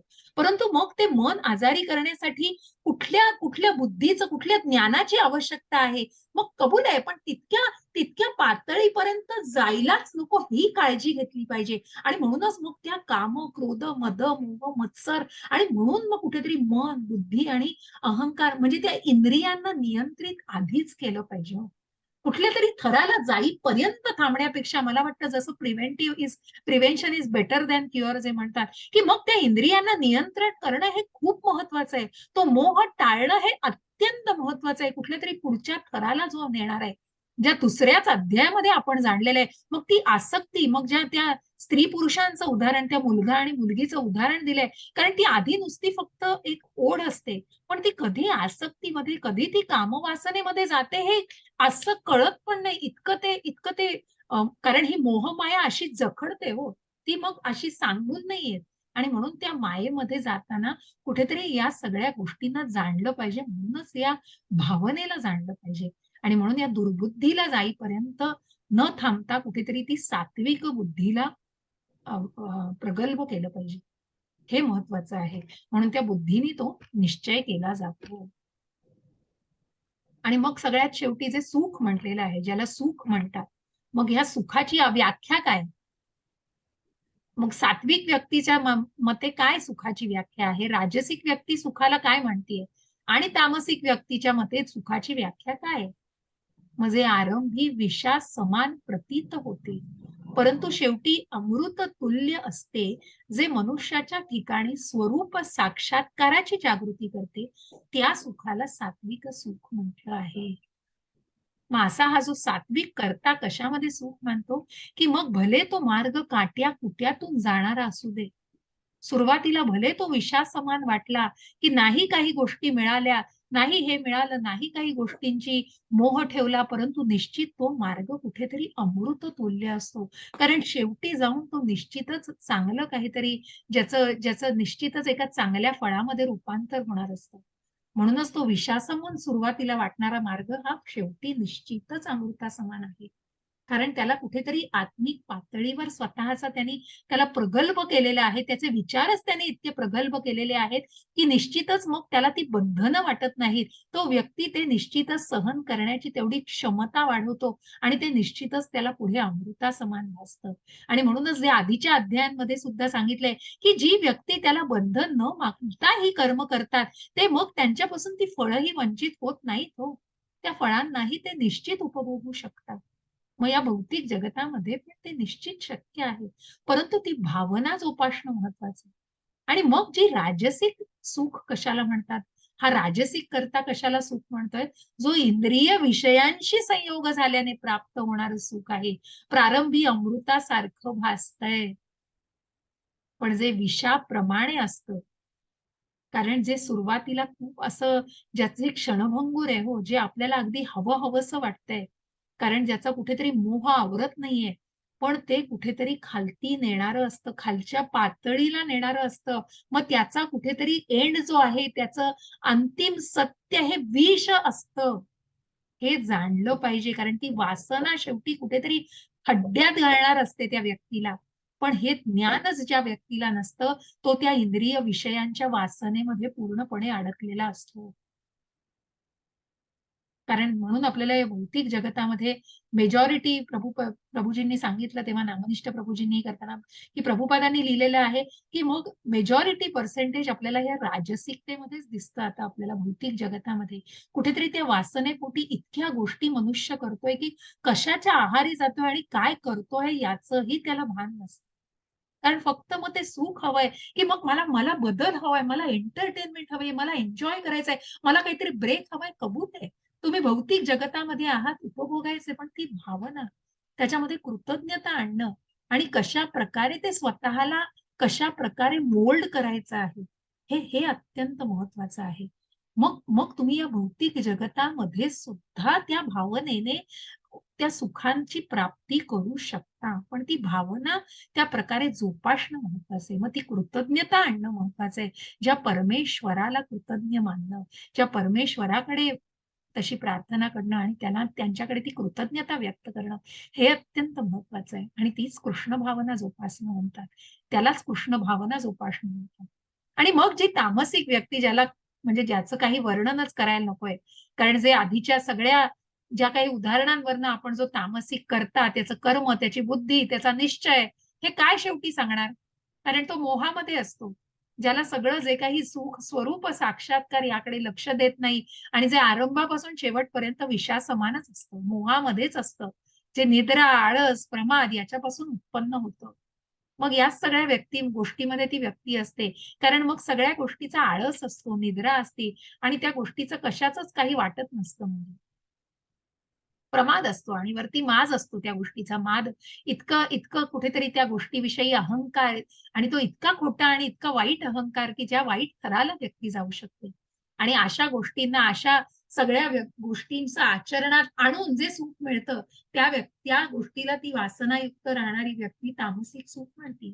मग जे अत्यंत क्षणभंगूर असतं कुठेतरी आणि कुठल्या गोष्टीकडे ते नेत असतं, याचीही त्या व्यक्तीला चाड नसते. आणि म्हणून मग कुठेतरी निकाल काय आहे या सगळ्याचा? तर जो 18व्या अध्यायापर्यंत बघा, तुमच्यासारखे जे आता अजूनही गळतायत, पण जे काही 20-25 जे तुमच्यासारखे दुर्मिळ भक्त आहेत, हे दुर्मिळ भक्त जे 18व्या अध्यायापर्यंत आलेले आहेत, ते खूप छान. कारण ज्यांनी पूर्ण यज्ञ पूर्ण केलेला आहे तुमचा. या 18 अध्यायांचा यज्ञ पूर्ण केलेला आहे. आणि ते ज्ञानही पूर्ण केलेलं आहे. कारण जेव्हा पहिले 6 म्हणून पहिल्या अध्यायापासून मी सांगते, की मग पहिल्या, दुसऱ्या, तिसऱ्या, चौथ्या ह्या सगळ्या गोष्टींना जाणता जाणता बरेच जण जे लीव करतात, मग जे सोडताय ते ज्ञान परिपक्व कुठे होतंय? त्याला पूर्णता येणारच नाही हो. जेव्हा ते 18व्या अध्यायापर्यंत जाईल. म्हणून पहिलं 6 कर्म काहीच सांगत नाही हो तुम्हाला. फक्त कर्मातून काहीच नाही. कर्मातून भक्ती जाणताय, पण ती परिपूर्ण नाही झाली.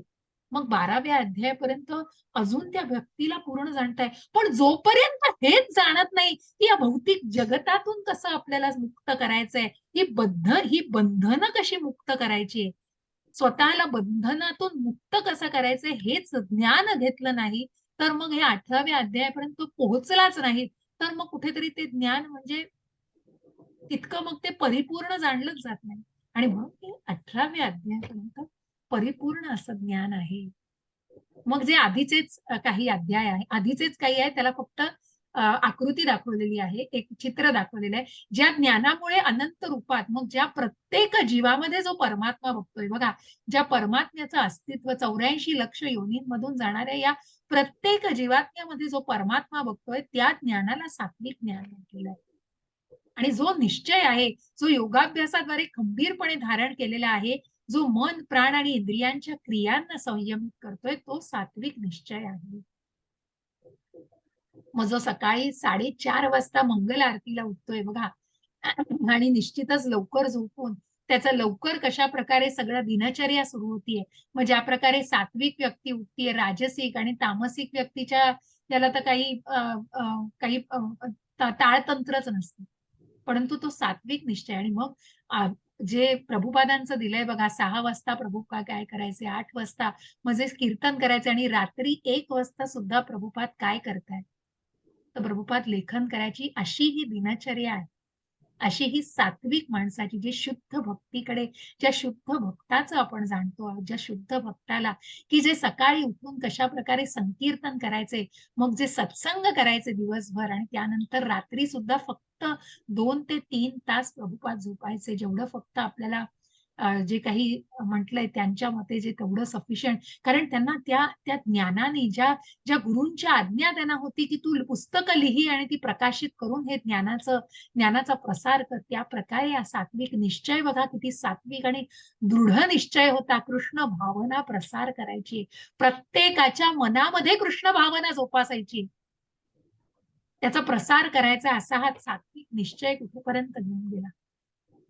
आणि मग या ज्या क्रियांना आपण जाणलं, मग ज्या कर्माला आपण बघा, मग आता इथून कुठेतरी पुन्हा उजळणी सुरू होते. मग ज्या वर्णाश्रम पद्धतीला आपण आधीही जाणलं. शमोदमस्तपः शौचम क्षांतिरार्जवमेव च ज्ञानम विज्ञानमास्तिक्यम ब्रह्म कर्म स्वभावजम शौर्यं तेजो धृतिर्दाक्षम युद्धे चाप्यपलायनम दानमीश्वर भावश्च शास्त्रम कर्म स्वभावजम कृषिगो रक्ष वाणिज्यम वैश्य कर्म स्वभावजम परिचर्यात्मकं कर्म क्षुद्रस्यापि स्वभावजम. मग हे जे ब्राह्मणाचे गुण दिलेले आहेत, एका क्षत्रियाचे गुण दिलेले आहेत, वैश्याचे गुण दिलेले आहेत आणि शूद्राचे गुण दिलेले आहेत. मग जे काही कर्म करता आहात ते आपलं विहित कर्म आपल्या गुणकर्मानुसार ते कर्म करता आहात ते निश्चितच तुम्ही भगवंतांना अर्पण करू शकता. त्यांच्या स्वाभाविक गुणानुसार मग निश्चितच कोणीही ब्राह्मण, कोणीही क्षत्रिय, कोणीही वैश्य, कोणीही क्षुद्र सात्विक होऊ शकतो. तो निश्चितच शुद्ध भक्त होऊ शकतो आणि म्हणूनच त्याने आपलं विहित कर्म हे उत्तम प्रकारे केलं पाहिजे. त्या ज्ञानाने केलं पाहिजे, त्याच्यातल्या गुणांना जाणून ते केलं पाहिजे आणि म्हणून या सर्व गुणांना आपण बघितलेलं आहे. ज्याचा आधी पण आपण अध्ययन केलेलं आहे. यत प्रवृत्तीभूतानां येन सर्वमिदं ततं स्वकर्मणा तमभ्यर्च्य सिद्धिं विन्दति मानवः. सर्व जीवांचा उद्गम आणि सर्व व्यापी असणाऱ्या भगवंतांची पूजा करून मनुष्य स्वकर्माद्वारे बघा कुठलंही कर्म, मग ब्राह्मण ज्ञान घेतो आहे, क्षत्रिय युद्ध करतोय, वैश्य व्यापार करतोय, शूद्र कर्म करतोय, आपल्या कर्मानुसार ते भगवंतांना प्राप्त करू शकतात, त्यांची सिद्धी ते प्राप्त करू शकतात. पण मग आता ही व्यक्ती बघा कुठेतरी दुसऱ्यांच्या कर्मामध्ये नाक उपसलंय बघा.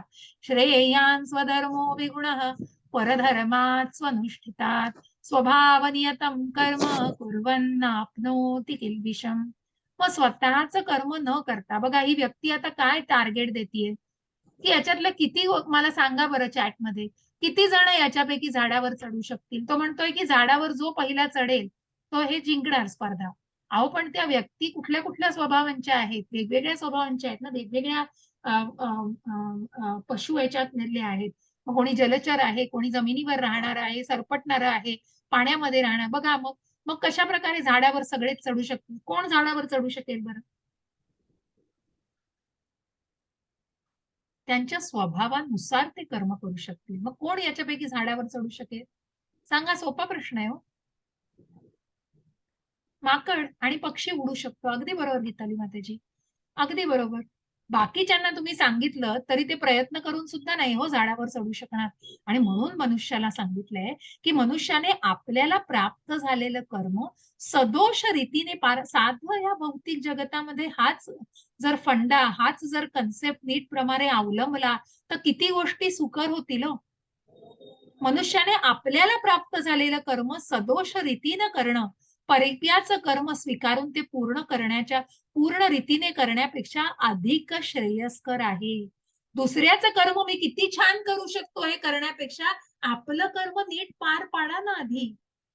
आणि मनुष्याला त्याच्या स्वभावाला अनुसरून सांगण्यात आलेलं कर्म हे कधीच पापाने प्रभावित होत नाही. मग कितीतरी तुम्हाला थोडा वेळ लागेल हो ते करायला, थोडे कष्ट पडतील, पण ते करायला तुम्हाला निश्चितच पापी करायच्या. मग त्या गोष्टी, त्या पापाचा कुठलाही त्याच्यामध्ये सहभाग असणार नाहीये. कुठल्याही चुकीच्या मार्गाने त्या गोष्टी केल्या जाणार नाहीत हो.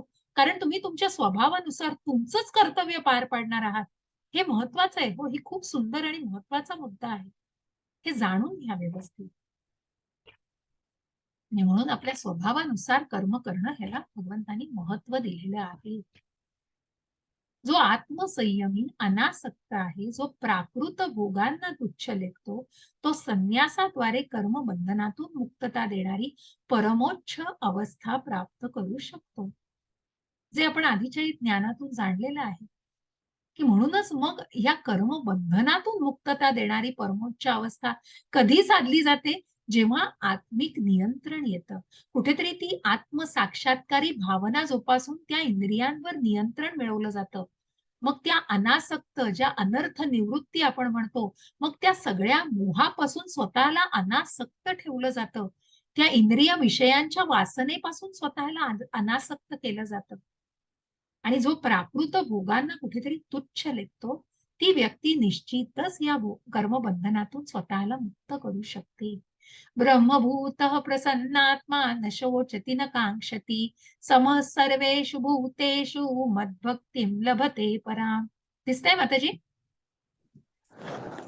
हरे कृष्ण. हरे आपल्या बुद्धीद्वारे पूर्णपणे शुद्ध होऊन आणि निश्चयाने मनोनिग्रह करून इंद्रिय तृप्तीच्या विषयांचा त्याग करून आसक्ती आणि द्वेष यातून मुक्त होऊन जो एकांत स्थळी राहतो, जो मिताहार करतो, आपली काया वाचा आणि मन संयमित करतो, जो सदैव समाधीस्थ आणि अनासक्त असतो, जो मिथ्या अहंकार, मिथ्या बल, गर्व, काम, क्रोध आणि भौतिक गोष्टीचा स्वीकार इत्यादी पासून मुक्त असतो, ममत्व रहित आणि शांत असतो, तो मनुष्य आत्मसाक्षात्काराच्या स्तरापद निश्चित प्रगत होतो. हरे कृष्ण. हरे कृष्ण. पंडितः समदर्शिनः आणि ज्या दुर्लभ महात्म्यांना आपण जाणलं बघा. आधीच्या अध्यायांमध्ये 9व्या अध्यायांमध्ये ज्या माधवेंद्र पुरींची आपण कथा ऐकली. मग ज्या ज्या द्वेषापासून सर्व मुक्त झालेले असतात, ज्या हरिदास ठाकूरांची आपण कथा ऐकली, की ज्या हरिदास ठाकूरांनी ज्या त्या वेश्येचं सुद्धा परिवर्तन केलेलं आहे. हो. मग कुठलाही प्रभाव तर नव्हता आणि कुठलाही द्वेष नव्हता. मग ज्यांनी हे कृत्य केलं त्याच्याबद्दलही द्वेष नव्हता हो. कारण स्वतःला त्या नामस्मरणाने ज्यांना नामाचार्य म्हटलं जायचं चैतन्य महाप्रभू ज्यांना नामाचार्य म्हणायचे 3 लक्ष वेळेला ते जप केल्याशिवाय अन्न पाणी काहीही ग्रहण करायचे नाही. असा त्यांनी पण केलेला होता.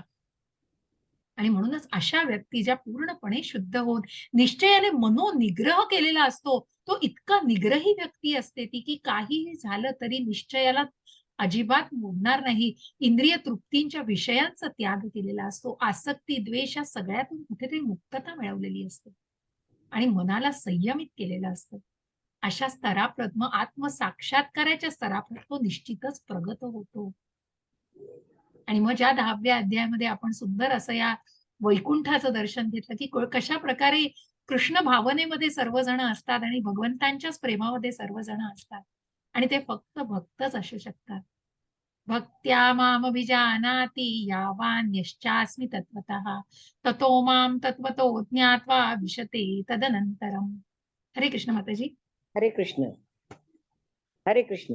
हरे कृष्ण. मनुष्य मला माझ्या पुरुषोत्तम भगवान या यथार्थ स्वरूपात केवळ भक्तीद्वारेच जाणू शकतो. अशा भक्तीद्वारे मनुष्य जेव्हा माझ्या भावनेने पूर्णपणे युक्त होतो, तेव्हा तो भगवत धामात प्रवेश करू शकतो. हरे कृष्ण. हरे कृष्ण. आणि म्हणूनच ज्या पुरुषोत्तम अध्यायामध्ये आपण हे जाणलं होतं, की कशा प्रकारे हा भक्त भगवंतांना मग जो मनुष्य भगवंतांना या पुरुषोत्तमांना जाणू शकतो, ज्या परमतत्वाला, ज्या अर्जुनाने म्हटलंय परम ब्रह्म परम धामम, कशा प्रकारे तुम्हीच परमतत्व आहात, तुम्हीच परमधाम आहात, तुम्हीच पुरुषोत्तम भगवान आहात. आणि अशा भक्तीद्वारेच मग जे भगवंतांच्या भक्तीमध्ये आहेत, जे भगवंतांच्या भक्ती सेवेमध्ये आहेत, ज्या अध्यायामध्ये 9व्या अध्यायामध्ये आपण सुंदर अशा या भक्तीला जाणलं, राजगुह्य ज्ञान, की ही भक्तीची अवीट गोडी आपण जाणली. मग ज्या 7 ते 12 या पूर्ण अध्यायांमध्येच आपण या भक्तीची अवीट गोडी जाणलेली आहे. आणि या भक्तीद्वारे मनुष्य जेव्हा भगवंतांच्या भावनेने पूर्ण होतो, जेव्हा ती कृष्ण भावना आणि ती भगवंतांची भावना पूर्णपणे मनुष्यामध्ये उतरते, तेव्हा तो भगवत धामामध्ये, कारण मग तो भगवंतांचा स्वभावाची निश्चितच, कारण हा अध्यात्म हो, आपण भगवंतांसारखेच आहोत, पण कुठेतरी या भौतिक जगतामध्ये आपण विसरलो आहोत ते अध्यात्म, आपला मूळ स्वभावच विसरलो आहोत आपण. आपण त्या आत्मिक लेव्हलवर विचारच करत नाहीये. फक्त शरीराला काय पाहिजे? देहधारी भावनेवर त्या देहाचे चोचले पुरवणं चाललेलं आहे फक्त. परंतु प्रत्यक्ष ज्ञान काय आहे? आपण शरीर नसून आत्मा आहोत. आणि मग या आत्मसाक्षात्कारी भावनेवर एक भक्तच येऊ शकतो. हा भक्त म्हणून म्हणून तो भक्तीचा सर्वात उच्च मार्ग दाखवलाय, जो भगवंतांशी जोडला जातो. ज्या कर्मातून भक्ती साधली जाते, ज्ञानातून साधली जाते, अष्टांग योगातूनही साधली जाते. पण ज्या भक्तीतून भक्ती मार्ग, ज्या भक्तीतून भगवंतांना अर्पण केलं जातं आणि भगवंतांना प्राप्त केलं जातं, अशा या भक्तीचा मार्ग हा अतिशय सुलभ मार्ग आहे. आणि म्हणून या भक्तीची अवीट गोडी जाणून घेतलं, तो निश्चितच स्वतःला त्या मार्गावरती मार्गस्थ करू शकतो. जे श्रीला प्रभुपाद आपल्याला दिसत आहे, जो शुद्ध भक्त आहे. सर्व कर्माण्यपि सदा कुर्वाणो मदव्यपाश्रयः मत्प्रसादात् वाप्नोति शाश्वतं पदमव्ययम्. हरे कृष्ण माताजी. हरे कृष्ण. माझा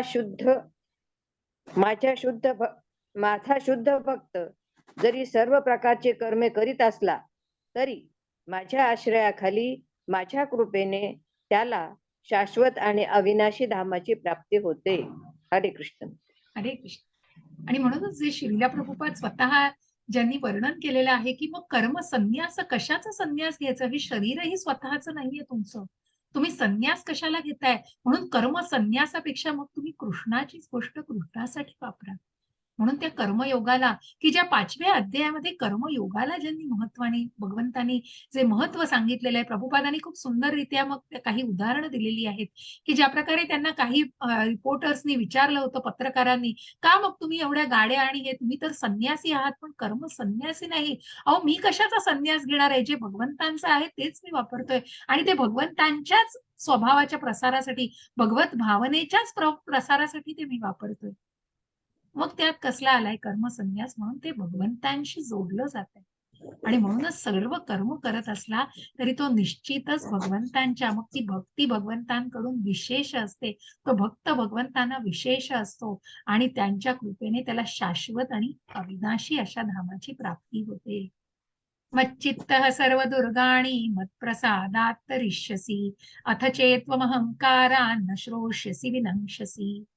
हरे कृष्ण. हरे कृष्ण. जर माझ्या भावनेने तू युक्त झालास तर माझ्या कृपेने तू बद्ध जीवनातून जीवनातील सर्व संकटे पार करशील. पार करशील. तथापि तू जर अशा भावनेने कर्म न करता व अहंकाराने माझे न ऐकता कर्म केलेस तर गेलो नाश पावशील. तर आणि नाश म्हणूनच होईल. मग नाश पावशील. मग जशा प्रकारे आधीच्याही अध्यायांमध्ये याचा उल्लेख आहे की कशा प्रकारे मग भगवंतांनी भगवत भावनेने, मग ज्या कृतज्ञतेच्या तू कर्म करायचंयस. अर्जुनाला भगवंतांनी म्हणून सांगितलं की तू युद्ध कर, हे युद्ध तुला करायचंय, तू सव्यसाची फक्त निमित्त मात्र आहेस या युद्धामध्ये, हे सर्वांना मी ठार मारलेलं आहे. आणि म्हणूनच मग ज्याचं मनोबल भगवंत वाढवतायत, की ज्याचं मनोदौर्बल्य घालवून मग तू या सगळ्या संकटांना तू पार करू शकशील, जेव्हा तू माझ्या भक्तीने युक्त होशील आणि हे कर्म तू माझ्या भावनेमध्ये मला अर्पण करशील. कुठलाही अहंकार न ठेवता तू ते कर्म करशील. पण हेच कर्म जो एखादी व्यक्ती अहंकाराने, मीच त्या कर्माचा भोगताय, मीच त्या कर्माला करणार आहे, माझ्याच इच्छेने आणि सर्व काही माझ्याच मुळे आहे, मग निश्चितच पुढे काय आहे? नाश आहे. आणि ही सुंदर अशी हे दृश्य आहे की ज्याच्यामध्ये आपल्याला या परमात्म्याला जाणायचं. ईश्वरः सर्वभूतानां हृद्देशेऽर्जुन तिष्ठति भ्रामयन् सर्वभूतानि यंत्रारूढानि मायया. कसा यंत्राप्रमाणे मनुष्य वागतोय बघा. हरे कृष्ण माताजी. अर्ध चालेल. बरं, ठीक आहे. हे अर्जुना, परमेश्वर प्रत्येक जीवाच्या हृदयामध्ये स्थित आहे आणि तो सर्व जीवांचं भ्रमण निर्देशित करीत आहे. हे सर्व जीव मायेने बनवलेल्या यंत्रावर आरूढ आहे. आता आलं. आणि म्हणून हा जो जीवात्मा आहे ना, हा यंत्राप्रमाणे वागतोय. मेकॅनिकल झालंय लाईफ त्याचं. कारण त्याचं परमात्म्याकडे लक्षच नाहीये. तो परमात्मा बघतोय कधी याचं लक्ष जाईल माझ्याकडे. जो प्रत्येकाच्या हृदयामध्ये स्थित आहे आणि तोच सगळ्या डायरेक्शन्स देतोय. हो, तोच सगळ्याची अनुमती देतोय. परंतु मनुष्य इतका स्वतःच्याच कर्मामध्ये आणि स्वतःच्याच गोष्टीमध्ये इतका कुठेतरी गढून गेलाय बघा. हा आत्मा, मला हे हवंय, मग मला सोनं नाणं आणि जे काही धन हवंय, हे करायचंय, ते करायचंय, सगळ्या त्या सकाम कर्मामध्ये स्वतःला इतकं लोटून दिलेलं आहे की त्या परमात्म्याकडे लक्षच नाही. यंत्राप्रमाणे यंत्रावर मनुष्य आली आहे. तमेव शरणं गच्छ सर्वभावेन भारत तत्प्रसादात् परां शांतिं स्थानं प्राप्स्यसि शाश्वतम्. हरे हे कृष्ण. भारता, हरे कृष्ण वाचा. हे भारता, तू पूर्णपणे त्याला शरण जा. त्याच्या कृपेने तुला दिव्य शांती आणि सनातन परमधामाची प्राप्ती होईल. हरे कृष्ण. हरे कृष्ण. आणि म्हणून ज्या राजा कुलशेखराची आपण कथा वाचली होती की ज्यांना चैतन्य महाप्रभूंचं दर्शन हवं होतं, परंतु त्यांना दर्शन नाकारलं गेलं कारण कुठेतरी ते भौतिक विषयांमध्ये नियंत्रित, भौतिक विषयांशी कुठेतरी निगडीत होते. म्हणून चैतन्य महाप्रभू हे संन्यासी म्हणून त्यांनी नाकारलं होतं. पण ज्या ज्या राजाने मग हातामध्ये सॉरी, हा राजा रुद्रप्रताप, कुलशेखर चुकून ते जे मुकुंद माधव स्तोत्र जे लिहिलेलं आहे की ज्याच्यामध्ये कफ वात पित्ताबद्दल जे दिलेलं आहे ते कुलशेखर, परंतु हे राजा रुद्रप्रताप. आणि ज्या रुद्रप्रताप राजांनी मग चैतन्य महाप्रभूंचं दर्शन घेण्यासाठी अतिशय त्यांनी प्रयत्न केले, पण त्यांना दर्शन मिळालं नाही. मग शेवटी जी त्यांच्या सेवकांनी सांगितलं की चैतन्य महाप्रभू, प्रत्यक्ष प्रभू मग त्या जगन्नाथ यात्रेमध्ये येणार आहेत पुरीला. मग तेव्हा राजाने त्या जगन्नाथ यात्रेमध्ये स्वतःहून कुठल्याही निष्काम पद्धतीने पण भगवंतांच्या सेवेमध्ये स्वतःला घडवून घेतलं. जे प्रत्यक्ष चैतन्य महाप्रभूंनी आपल्या डोळ्यांनी जेव्हा बघितलं तेव्हा ते त्याच्यावरती प्रसन्न झालेले आहेत. आणि म्हणूनच पूर्णपणे त्या भगवंतांना शरण जा आणि त्यांच्या कृपेनेच तुला दिव्य शांती आणि सनातन परमधामाची प्राप्ती होईल. भगवंत सांगतायत आता, इति ते ज्ञानमाख्यातम गुह्यात गुह्यतरं मया विमृशैत दशेषेण यथेच्छसि तथा कुरु. हरे कृष्ण माताजी. याप्रमाणे मी तुला हा याप्रमाणे मी तुला अत्याधिक गुह्य ज्ञान सांगितले आहे. याचा पूर्णपणे विचार कर आणि तुझ्या इच्छेशी जे येईल ते कर. हरे कृष्ण. हरे कृष्ण. भगवंत कुणावरही स्वतःला लादत नाहीये. त्या अर्जुनावरही भगवंतानी स्वतःला लादलेलं नाहीये. बघा, प्रिय सखा आहे, प्रिय शिष्य आहेस, ज्ञान दिलेलं आहे मी तुला अत्याधिक असं गुह्य ज्ञान दिलेलं आहे. याचा तू पूर्णपणे विचार कर आणि तुला जे हवंय, तुझ्या इच्छेस जे येईल ते तू पहा. म्हणून ही जी इच्छा आहे ना, याची सूट दिली आहे भगवंतांनी आपल्याला, त्याचं स्वातंत्र्य दिलेलं आहे. हेच इथे तरी त्याला कुठेतरी खात्री आहे की ते अनुभवास आपल्यासाठी. येतं. एक्झॅक्टली. कारण तो अर्जुन आहे ना, आणि म्हणून अर्जुन हा प्रथम श्रोता आहे. परंतु मनुष्याला म्हणूनच भगवंतांनी तेच कुठेतरी अर्जुनाच्या द्वारे प्रत्येक माणसापर्यंत, सामान्य लोकांपर्यंत पोहोचवलंय, की मग तुझी इच्छा, तुला ज्ञान दिलंय, आता काय करायचंय, ball is in your court, तुला काय करायचंय हे तू ठरव. तुला आध्यात्मिक ज्ञान घ्यायचंय का तुला त्या भौतिक जगतामध्येच फक्त व्यस्त राहायचंय? मग त्या जन्म मृत्यू जरा व्याधी या इच्छांनी फक्त त्या मृत्यू लोकातच वावरायचं. म्हणून तुझ्या इच्छेस येईल ते तू कर, हे भगवंत अर्जुनाला सांगतायत. आणि मग ज्या श्लोकामध्ये आपण आधी 9व्या अध्यायाच्या श्लोकात की भगवंत सांगतायत, मग इच्छा दिलेली आहे, त्या इच्छानीच त्या 84 लक्ष योनीतून जन्म मिळतोय मनुष्याला. परंतु राजगुह्य ज्ञान देताना भगवंतांनी सांगितलंय, मन्मना भव मद्भक्तो मत्याजिम्मा नमस्कुरु मामे वैश्यसि सत्यम ते प्रिय प्रतिजाने प्रियोसी मे. हरे कृष्ण माताजी. हरे कृष्ण. सदैव माझे चिंतन कर, माझा भक्त हो, माझे पूजन कर आणि मलाच नमस्कार कर. याप्रमाणे निश्चितपणे तू मला प्राप्त होशील. मी तुला हे प्रतिज्ञेने सांगतो, कारण तू एक अत्यंत प्रिय सखा आहेस. हरे हरे कृष्ण. कारण जो अर्जुनाला भगवंत खात्रीने सांगतायत, ज्या अर्जुनाने कुठलीच मनामध्ये अर्जुनाच्या शंका नाहीये. अर्जुनाने 10व्या अध्यायातच अर्जुनाचा संभ्रमही कितीतरी दूर झालाय. पण हे सगळे प्रश्न आपल्यासाठी येतो. आपल्यापर्यंत हे ज्ञान पूर्णपणे अगदी बऱ्याच गोष्टींचा खुलासा करून इतकं इतकं इतकं पारदर्शक आणि इतकं प्रात्यक्षिक ज्ञान भगवंतांनी दिलेलं आहे. आणि म्हणून भगवंत म्हणतायत की तू माझं चिंतन कर, माझा भक्त हो, माझं पूजन कर, जे काही आहे ते तू भगवंतांना अर्पण कर. आणि जे काही कर्म करशील, जे आधीही सांगितलंय, दृढ निश्चयाने मग ती कर्म तू भगवंतांना अर्पण कर. म्हणून ते निष्काम पद्धतीने कर. अशा प्रकारे तू निश्चितपणे मला प्राप्त होशील. सगळ्या इतर धर्मांचा त्याग कर. सर्व धर्मान् परित्यज्य मामेकं शरणं व्रज अहं त्वां सर्व पापेभ्यो मोक्ष इष्यामि मा शुचः. हरे हरे कृष्ण. हरे कृष्ण. हरे सर्व कृष्ण. प्रकारच्या धर्माचा त्याग कर आणि केवळ मलाच शरण ये. मी तुला सर्व पापापासून मुक्त करीन. तू भयभीत होऊ नकोस. हरे कृष्ण माता. हरे कृष्ण. भगवंत सांगतायत, इतर सर्व मग तो अहंकार सोडा आणि इतर सगळ्या धर्मांचाही तो त्याग कर. कुठल्याही प्रकारचं भगवंतानी जी वर्णाश्रम पद्धती, कुठल्याही इतर धर्म किंवा कुठलीच तिथे कशाचाही उल्लेख नाहीये. पण फक्त गुणकर्मानुसार, ना कुणाच्या जन्मानुसार, ना कुणाच्या इतर गोष्टी कुठल्याही ग्राह्य धरल्या नाहीयेत, परंतु गुणकर्मानुसार ती विभागणी. त्याच प्रकारे तू इतर सर्व धर्मांचा त्याग कर आणि केवळ भगवंता, केवळ मला शरण ये. सर्व पापापासून निश्चितच हो. कृष्णाला अर्पण, सर्वम कृष्णार्पण. मग तू कृष्ण काळजी घ्यायला आहे. पण भगवंत म्हणतायत आपली कर्तव्य करा. ज्या अर्जुनालाही भगवंतानी पुन्हा पुन्हा कर्माचं महत्व सांगितलंय, की दृढ निश्चयाने उठ आणि युद्ध कर. हा खाटेवर बसून नाही हो तुम्हाला सगळं मिळणार. तुम्ही म्हणाल की आता मी फक्त बसतो, आता रिटायर झालोय, आता मी भगवद्गीता वाचणार, आता मी सगळं चिंतन करणार, आता मनन करणार, भजन करणार, मग माझी भगवंत काळजी घेतील, मला दुसरं काही करायची गरज नाहीये. नाही हो.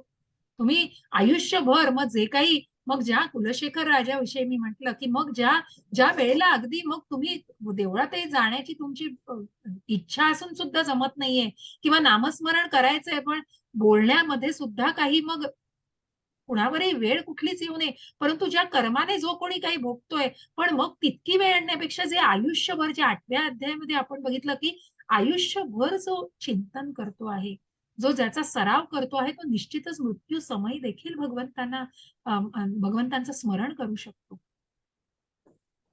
आणि म्हणूनच भगवंत म्हणतायत, की सर्व पापांपासून आणि म्हणून मग हे सगळं नामस्मरण म्हणून ज्या ज्या कलियुगाचा यज्ञ हा फक्त नामस्मरण आहे. आणि म्हणून इतर सर्व धर्मांचा अर्जुनाला भगवंत सांगतायत आणि तू त्या पापापासून निश्चितच मुक्त करेल मी तुला, भयभीत होऊ नकोस. इदं ते ना तपस्काय ना भक्ताय कदाचन न चा शुश्रूषवे वाच्यं न च मां योऽभ्यसूयति. हरे कृष्ण माताजी. हरे कृष्ण. जो तप करत नाही, जो भक्त नाही, भक्तीमध्ये संलग्न नाही, तसेच जो माझा द्वेष करतो, त्याला हे परमगुह्य ज्ञान कधीही सांगू नये. हरे कृष्ण. हरे कृष्ण. भगवंतांनी 7व्या अध्यायातच सांगितलंय, ज्या 4 प्रकारच्या व्यक्ती भगवंतांना शरण येऊच शकत नाही, ज्या दैवासुर संपद विभाग योगात भगवंतांनी सांगितलंय की त्यांना मी नरक योनीतच टाकतो, कारण मग ते भगवंतांना शरण येऊच शकत नाही. आणि म्हणून जो तप करत नाही, जो नामस्मरण करत नाही, जो भक्तच नाहीये, जो अभक्त आहे, ज्याला भगवंतांचं अस्तित्वच मान्य नाहीये, भक्तीमध्ये संलग्न नाहीये, जो भगवंतांचा द्वेष करतोय, ज्या शिशुपालाचं काय झालं, अशा प्रकारे ज्या भगवंतांचा जो द्वेष मत्सर करतो आहे, त्याला मात्र हे ज्ञान कधीही सांगू नये. मग बरेच जण म्हणतात, की मग हे ज्ञान का सांगू नये? कारण मग एखादा जरी तो एथिस्ट असेल, कुठेतरी काहीतरी, पण मग अशी व्यक्ती, कारण त्या व्यक्तीला जाणलं पाहिजे. जसं जसं आधीच्या काही अध्यायांमध्ये उल्लेख आहे, कारण एखाद्या सकाम करणाऱ्या व्यक्तीला निश्चितच कुठेतरी त्या याच्यावरती आणू शकलं जातं.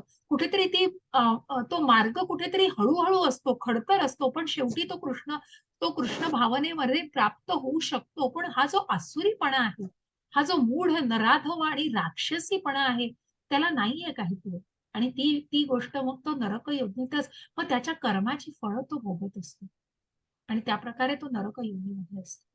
पण पण भगवंतांनी हेही सांगितलंय, मग ज्या पापांपासून, पण त्या पापांपासून मुक्त होऊन मग ज्या वाल्याचा वाल्मिकी झाला, जो मृगारींचा मृगारी ऋषी झाला, कारण त्या सगळ्यांना त्यागून ज्यांनी त्या गोष्टीला मग ज्या भक्तीमध्ये स्वतःला संलग्न केलेलं आहे, नारद मुनींनी ज्यांना मार्गदर्शन केलं आणि भगवंतांचं जे स्तुती करून भगवंतांविषयी जाणून त्यागाची भावना ज्यांच्यामध्ये निर्माण केली, अशा अशा व्यक्ती निश्चितच त्या पापांपासून मुक्त होतात आणि मग जे भक्तीमध्ये संलग्न होतात ते निश्चितच या गोष्टी करू शकतात. मग ते भगवत धामाची प्राप्ती निश्चित करू शकतात. यैदं परमं गुह्यं मद्भक्तेष्वभिधास्यति भक्तिं मयि परां कृत्वा मामे वैश्यत्य संशयः न च तस्मान् मनुष्येषु कश्चिन्मे प्रियकृत्तमः भविता न च मे तस्मात् अन्यः प्रियतरो भुवि. हरे कृष्ण माताजी. हरे कृष्ण. जो मनुष्य भक्तांना हे परमगुह्य रहस्य सांगेल, त्याला निश्चितपणे शुद्ध भक्ती प्राप्त होईल व अखेरीस तो माझ्याकडे परत येईल, यात मुळीच संशय नाही. हरे कृष्ण. आणि दुसरा वाचल माताजी. एकच आलंय, एकच आलाय, दुसऱ्या बाजूचं नाही आलं. दुसरं आलंच नाही, हा, ठीक आहे. एकच आलंय. ठीक आहे. जो मनुष्य, मग ज्या ज्या शुद्ध भक्ताविषयी ज्या प्रभुपादांना आपण चित्रामध्ये बघतो आहोत, जो मनुष्य भक्तांना हे परम गुह्य रहस्य सांगेल, जो प्रत्येकाच्या मनामध्ये ज्यांनी कृष्ण भावना निर्माण करण्यासाठी प्रयत्न केले, जे दृढ निश्चयाने जो प्रयत्न केले, मग हे ज्ञान भक्तांना, हे परम गुह्य ज्ञान मग हे भक्तच जाणू शकतो. जी श्रद्धा आहे, ज्याच्या मनामध्ये श्रद्धा आहे, तो निश्चितच या भक्तीच्या मार्गावरती स्वतःला प्रगत करू शकतो आणि तो निश्चितच शुद्ध भक्ती त्याला प्राप्त होऊ शकते आणि तो अखेरीस माझ्याकडे परत येईल, यात मुळीच शंका नाही. मग जेव्हा हा जीर्ण देह त्यागून भगवंत वाट बघतायत, मग पुन्हा त्या मृत्यूलोकातच जन्म घ्यायचा नसेल आणि भगवत धामाची प्राप्ती करायची असेल, तर निश्चितच जे परम गुह्य ज्ञान, जे रहस्य सांगितलेलं आहे, ते निश्चितच त्या शुद्ध भक्तांनी त्या भक्तीमध्ये स्वतःला निश्चितच घडवून टाकावं आणि त्या भक्तीचा मार्ग अवलंबावा. आणि मग अशा भक्तापेक्षा प्रिय मला कोणीही सेवक या जगामध्ये नाही आणि त्याच्यापेक्षा अधिक प्रिय असा कोणी होणारही नाही. असा भक्त भगवंतांसाठी विशेष आहे आणि हा भक्तच भगवंतांसाठी प्रिय आहे. त्याच्यापेक्षा अजून कोणीही मला प्रिय नाही, कोणी होणारही नाही. असा या शुद्ध भक्त ज्या प्रभुपादांचं चित्र आपल्याला दिसतंय. अधेष्यते च यैमं धर्म्यं संवादमावयुः ज्ञानयज्ञेन तेनाहं मिष्टः स्यामिति मे मतिः. आणि मी घोषित करतो, हरे कृष्ण. हरे कृष्ण. आणि मी घोषित करतो की जो कोणी आपल्या या पवित्र संवादाचे अध्ययन करतो, तो आपल्या बुद्धीद्वारे माझे पूजन करतो. हरे कृष्ण माताजी. हरे कृष्ण.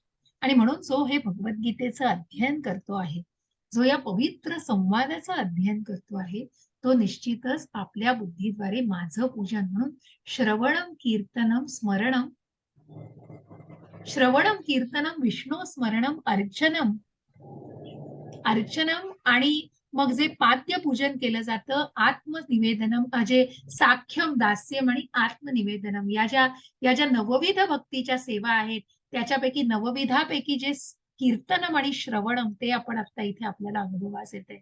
मग जे काही भगवंतांच्या कृपेने मला ही संधी मिळते की मी हे ज्ञान तुमच्यापर्यंत, हा संवाद मी तुमच्यापर्यंत पोहोचवण्याचा प्रयत्न करते आणि तो संवाद जो तुम्ही अध्ययन करता आहात, हे निश्चितच आपण एक भगवंतांचं पूजन करतो आहोत. ही भक्तीची सेवा आपण करतो आहोत, भगवंतांची सेवा आपण करतो आहोत. आणि म्हणून प्रत्येक अध्यायाच्या सुरुवातीला मी सांगते की या भगवंतांना आपण साष्टांग दंडवत करतो, ज्यांना ज्यांना एक नाही, द्विगुणी नाही, शतगुणी आनंद करत होतोय. कारण आपण त्यांचं अध्ययन, आपण त्यांच्या संवादांचं अध्ययन करतो आहे. त्यांच्या ज्ञानाचं जे अनुसरण आपल्याला करायचंय, त्याचं अध्ययन आणि त्याचं अनुशीलन करून आपण त्या मार्गावरती आणण्याचा स्वतःला प्रयत्न करणार आहोत. श्रद्धावान नसूयश्च शृणुयादपि यो नरः सोऽपि मुक्तः शुभालोकान् प्राप्नुयात् पुण्यकर्मणाम्. हरे कृष्ण माताजी. आणि जो मनुष्य, हरे कृष्ण, आणि जो मनुष्य श्रद्धेने व द्वेष न करता श्रवण करतो, तो सर्व पापापासून मुक्त होतो आणि पुण्यवान लोक जेथे वास करतात त्या शुभ लोकाची तो प्राप्ती करतो. हरे कृष्ण माताजी. बघा किती तन्मयतेने प्रभुपादांचं हे, जसे तुम्ही मी म्हटलं ना, हे जे काही तुम्ही भक्त आहात आणि जे अत्यंत तन्मयतेने जे काही मी तुमच्यापर्यंत जे उपदेश भगवंतांचे हे पोहोचवण्याचा प्रयत्न करते आहे, ते तुम्ही अत्यंत तन्मयतेने 18 दिवसांचा हा यज्ञ सुंदर पार पाडलाय. म्हणून ज्या श्रद्धेने, म्हणून याला श्रद्धावान म्हटलंय. हा जो पहिला टप्पा आहे हा श्रद्धावान. आणि ज्याच्या मनामध्ये भगवंतांविषयी कुठलाही द्वेष नाहीये, त्याच्या मनामध्ये श्रद्धाच आहे हो फक्त मग. आणि अशा श्रद्धेने आणि द्वेष न करता जे श्रवण करतोय, मग जे प्रभुपादांसमोर बसलेले आहेत सर्व त्यांचे शिष्यगण, किती किती जाणायचा प्रयत्न करतायत. प्रत्येकाच्या चेहऱ्यावरचे एक्सप्रेशन्स बघा, की म्हणूनच मग ज्या श्रवण बुद्धीने जे जाणतायत प्रभुपादांकडून, भगवंतांविषयी जे ज्ञान घेतायत आणि ज्याची चर्चा केली जाते, त्याचा आनंद घेतायत आणि त्या असे भक्त निश्चितच सर्व पापांपासून मुक्त होतात आणि पुण्यवान अशा लोकाला, अशा पुण्यवान लोक जिथे वास करतात अशा स्थानांना तो प्राप्त करू शकतो. नष्टो मोहस्मृतिर्लब्धा त्वत्प्रसादान्मज्ञाच्युत स्थितोऽस्मि गतसन्देह करिष्ये वचनं तव. असा अर्जुन आता भगवंतांना सांगतायत ना. जो संभ्रम तर आधीच 10व्या अध्यायामध्ये दूर झालेला, पण आता अर्जुन म्हणतायत भगवंतांना. हरे कृष्ण माताजी. हरे कृष्ण. अर्जुन म्हणाला, हे कृष्ण, हे अच्युत, माझा मोह आता नष्ट झाला आहे. तुमच्या कृपेने मला माझी स्मृती पुन्हा प्राप्त झाली आहे. मी आता दृढ आणि संशयमुक्त झालो आहे आणि तुमच्या आज्ञेनुसार मी कर्म करण्यास तयार आहे. हरे कृष्ण माताजी. हरे छान. कृष्ण. बघा ज्या अर्जुनाने कबूल केलेलं आहे की माझ्यातला मोह आता नष्ट झालेला आहे, जे काही ज्ञान तुम्ही मला दिलेलं आहे, त्या ज्ञानाने सगळ्या अज्ञानाचा पडदा दूर सारलाय हो. अज्ञानाला पूर्णपणे नाश केलाय त्याचा.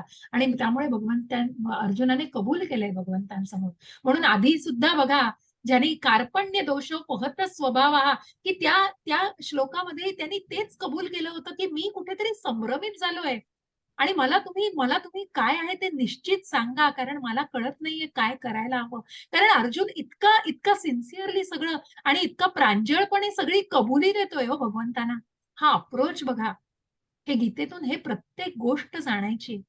म्हणजे अर्जुनाने आधीही कबूल केलं, तोच अर्जुन आता भगवंतांसमोर कबूल करतोय, की माझा मोह नष्ट झालाय आणि तुमच्या कृपेने माझी स्मृती, जो अव्यवसायात्मिक बुद्धी झालेली, ज्याच्या बुद्धीला कुठेतरी फाटे फुटलेले, मग मनामध्ये करुणा होती, पापी वाटत होतं कुठेतरी, कुठेतरी कौटुंबिक परंपरेला धोका वाटत होता आणि मग ज्याला आनंद वाटत नव्हता आणि या सगळ्या गोष्टींनी जो असमंजस झाला होता, तो असमंजस कारण त्याच्या बुद्धीला फाटे फुटलेले, ज्या स्थिताधीर मुनीचं भगवंतांनी उदाहरण दिलं त्याला आणि कुठेतरी त्याला सांगितलं की ती चंचलता घालव तुझ्या मनाची आणि तो व्यवसायात्मिक बुद्धीला तू पुन्हा आजमावायचेस. आणि तीच बुद्धी त्याने पुन्हा प्राप्त केली. माझ्या स्मृती मला पुन्हा प्राप्त झाली आणि मी आता दृढ आणि संशयमुक्त, मनामध्ये कुठलेच प्रश्न नाहीयेत आणि कुठलाच संशय जो आधीही नव्हता. आणि म्हणूनच ज्याचा पहिला श्रोता जरी अर्जुन असला तरी ते ज्ञान आपल्यापर्यंत का, कॉमन मॅनला का, त्या सामान्य माणसाला, कारण उद्या उठून का विश्वरूप दर्शन, का भगवंतांनी स्वतःचं ऐश्वर्य दाखवलेलं आहे, की जेव्हा अर्जुनाने सांगितलं की मला आता पटलेलं आहे सगळं, तेव्हा भगवंतांनी लादलं नाहीये, मग भगवंतांनी त्या सगळ्या भगवंतांचं ऐश्वर्य आणि सगळी विभूती दाखवलेल्या आहेत. कारण या सामान्य माणसापर्यंत पोहोचावा, कारण हा जो सामान्य माणूस आहे ना, तो भौतिक जगतामध्ये सगळं अडकलेला आहे हो. त्याला फक्त त्या भौतिक जगताने त्या त्या माध्यमातून सांगितलं कीच कळतं त्याला. म्हणून मग त्याला त्या माध्यमातून सांगण्यासाठी त्या विभूतींचं ज्ञान दिलंय भगवंतांनी. आणि म्हणून मग अर्जुनाच्या माध्यमातून भगवंतांनी हे ज्ञान आपल्यापर्यंत पोहोचवलेलं आहे. सामान्य माणसाला ज्याची गरज आहे. कारण ज्याचं मटेरियलिस्टिक, ज्याचं कमर्शियल आणि कुठेतरी मटेरियलिस्टिक विचार आहेत फक्त, आणि असे फक्त भौतिक विचार ज्याचे आहेत, त्याला त्या भौतिक माध्यमातूनच भगवंतांनी ज्ञान दिलेलं आहे. म्हणून भगवंतांनी स्वतःच्या विभूती दाखवल्या. मग जे काही विश्वरूपही दाखवलं, की उद्या उठून या भौतिक जगतामध्ये जो कोणी दैवी स्वरूपाची आणि मी कोणीतरी दैवी शक्ती प्राप्त केलेली आहे, तो सांगतोय त्यांनी आपलं विश्वरूप दाखवलं. मग अख्खं चराचर, संपूर्ण चराचर ज्यांनी स्वतःमध्ये समाविष्ट केलेलं दाखवलं, अशा भगवंतांना निश्चितच त्या स्वरूपामध्ये जाणलं पाहिजे. आणि असा हा संभ्रम, माझी स्मृती पुन्हा प्राप्त झालीये, मी दृढ आणि संशयमुक्त होऊन तुमच्या आज्ञेनुसार कर्म करण्यास तयार आहे. हे सगळं कोण ऐकताय? तर हे सगळं संजय ऐकतायत हो. ज्यांनी आधीही विचारलं, की संजयाला सगळी भगवद्गीता संजयाने सुद्धा जाणली, जे दिव्य दृष्टी ज्याला मिळाली त्यांनी प्रत्येक क्षण आपल्या राजाला सांगितलंय, कारण तो राजाशी इतका निष्ठावान होता हो संजय. तो राजाचा अत्यंत अत्यंत खात्रीलायक असा सचिव होता, म्हणूनच त्याची नियुक्ती केली गेली ना. आणि मग व्यासांनी त्याला दिव्य दृष्टी देऊन तो सगळं धृतराष्ट्रांना सांगू शकला. आणि तोच संजय सांगतोय आता. हरे कृष्ण माताजी, वाचणार दिसतंय? अर्ध झालंय. ठीक आहे. संजय म्हणाला, याप्रमाणे श्रीकृष्ण आणि अर्जुन या दोन महात्म्यांचा संवाद मी ऐकला. हा संवाद अत्यंत अद्भुत आणि रोमांचकारी आहे. माझ्या अंगावर रोमांच उठतात प्रत्येक 18व्या अध्यायाला. खरोखर म्हणजे हे ज्ञानच असं आहे हो. व्यासदेवांच्या कृपेने हे परमगुह्य ज्ञान योगेश्वर श्रीकृष्ण अर्जुनाला सांगत असताना साक्षात त्यांच्याकडून मी ऐकले आहे. हे राजन, श्रीकृष्ण आणि अर्जुन यांच्या अद्भुत आणि पवित्र संवादांचं वारंवार स्मरण होऊन मला प्रतिक्षण पुन्हा पुन्हा हर्ष होत आहे.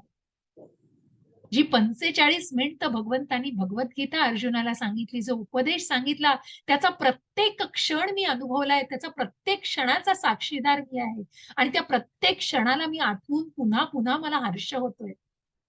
हे सगळं ज्ञान मी, हा अद्भुत हे रूप सुद्धा मी जाणलेलं आहे. आणि म्हणून संजय धृतराष्ट्रांना सांगताय, हे राजन, भगवान श्रीकृष्णांचे अद्भुत रूप स्मरण केल्याने मी अधिक विस्मयकारी होत आहे आणि पुन्हा पुन्हा मला. हरे कृष्ण माताजी, वाचा.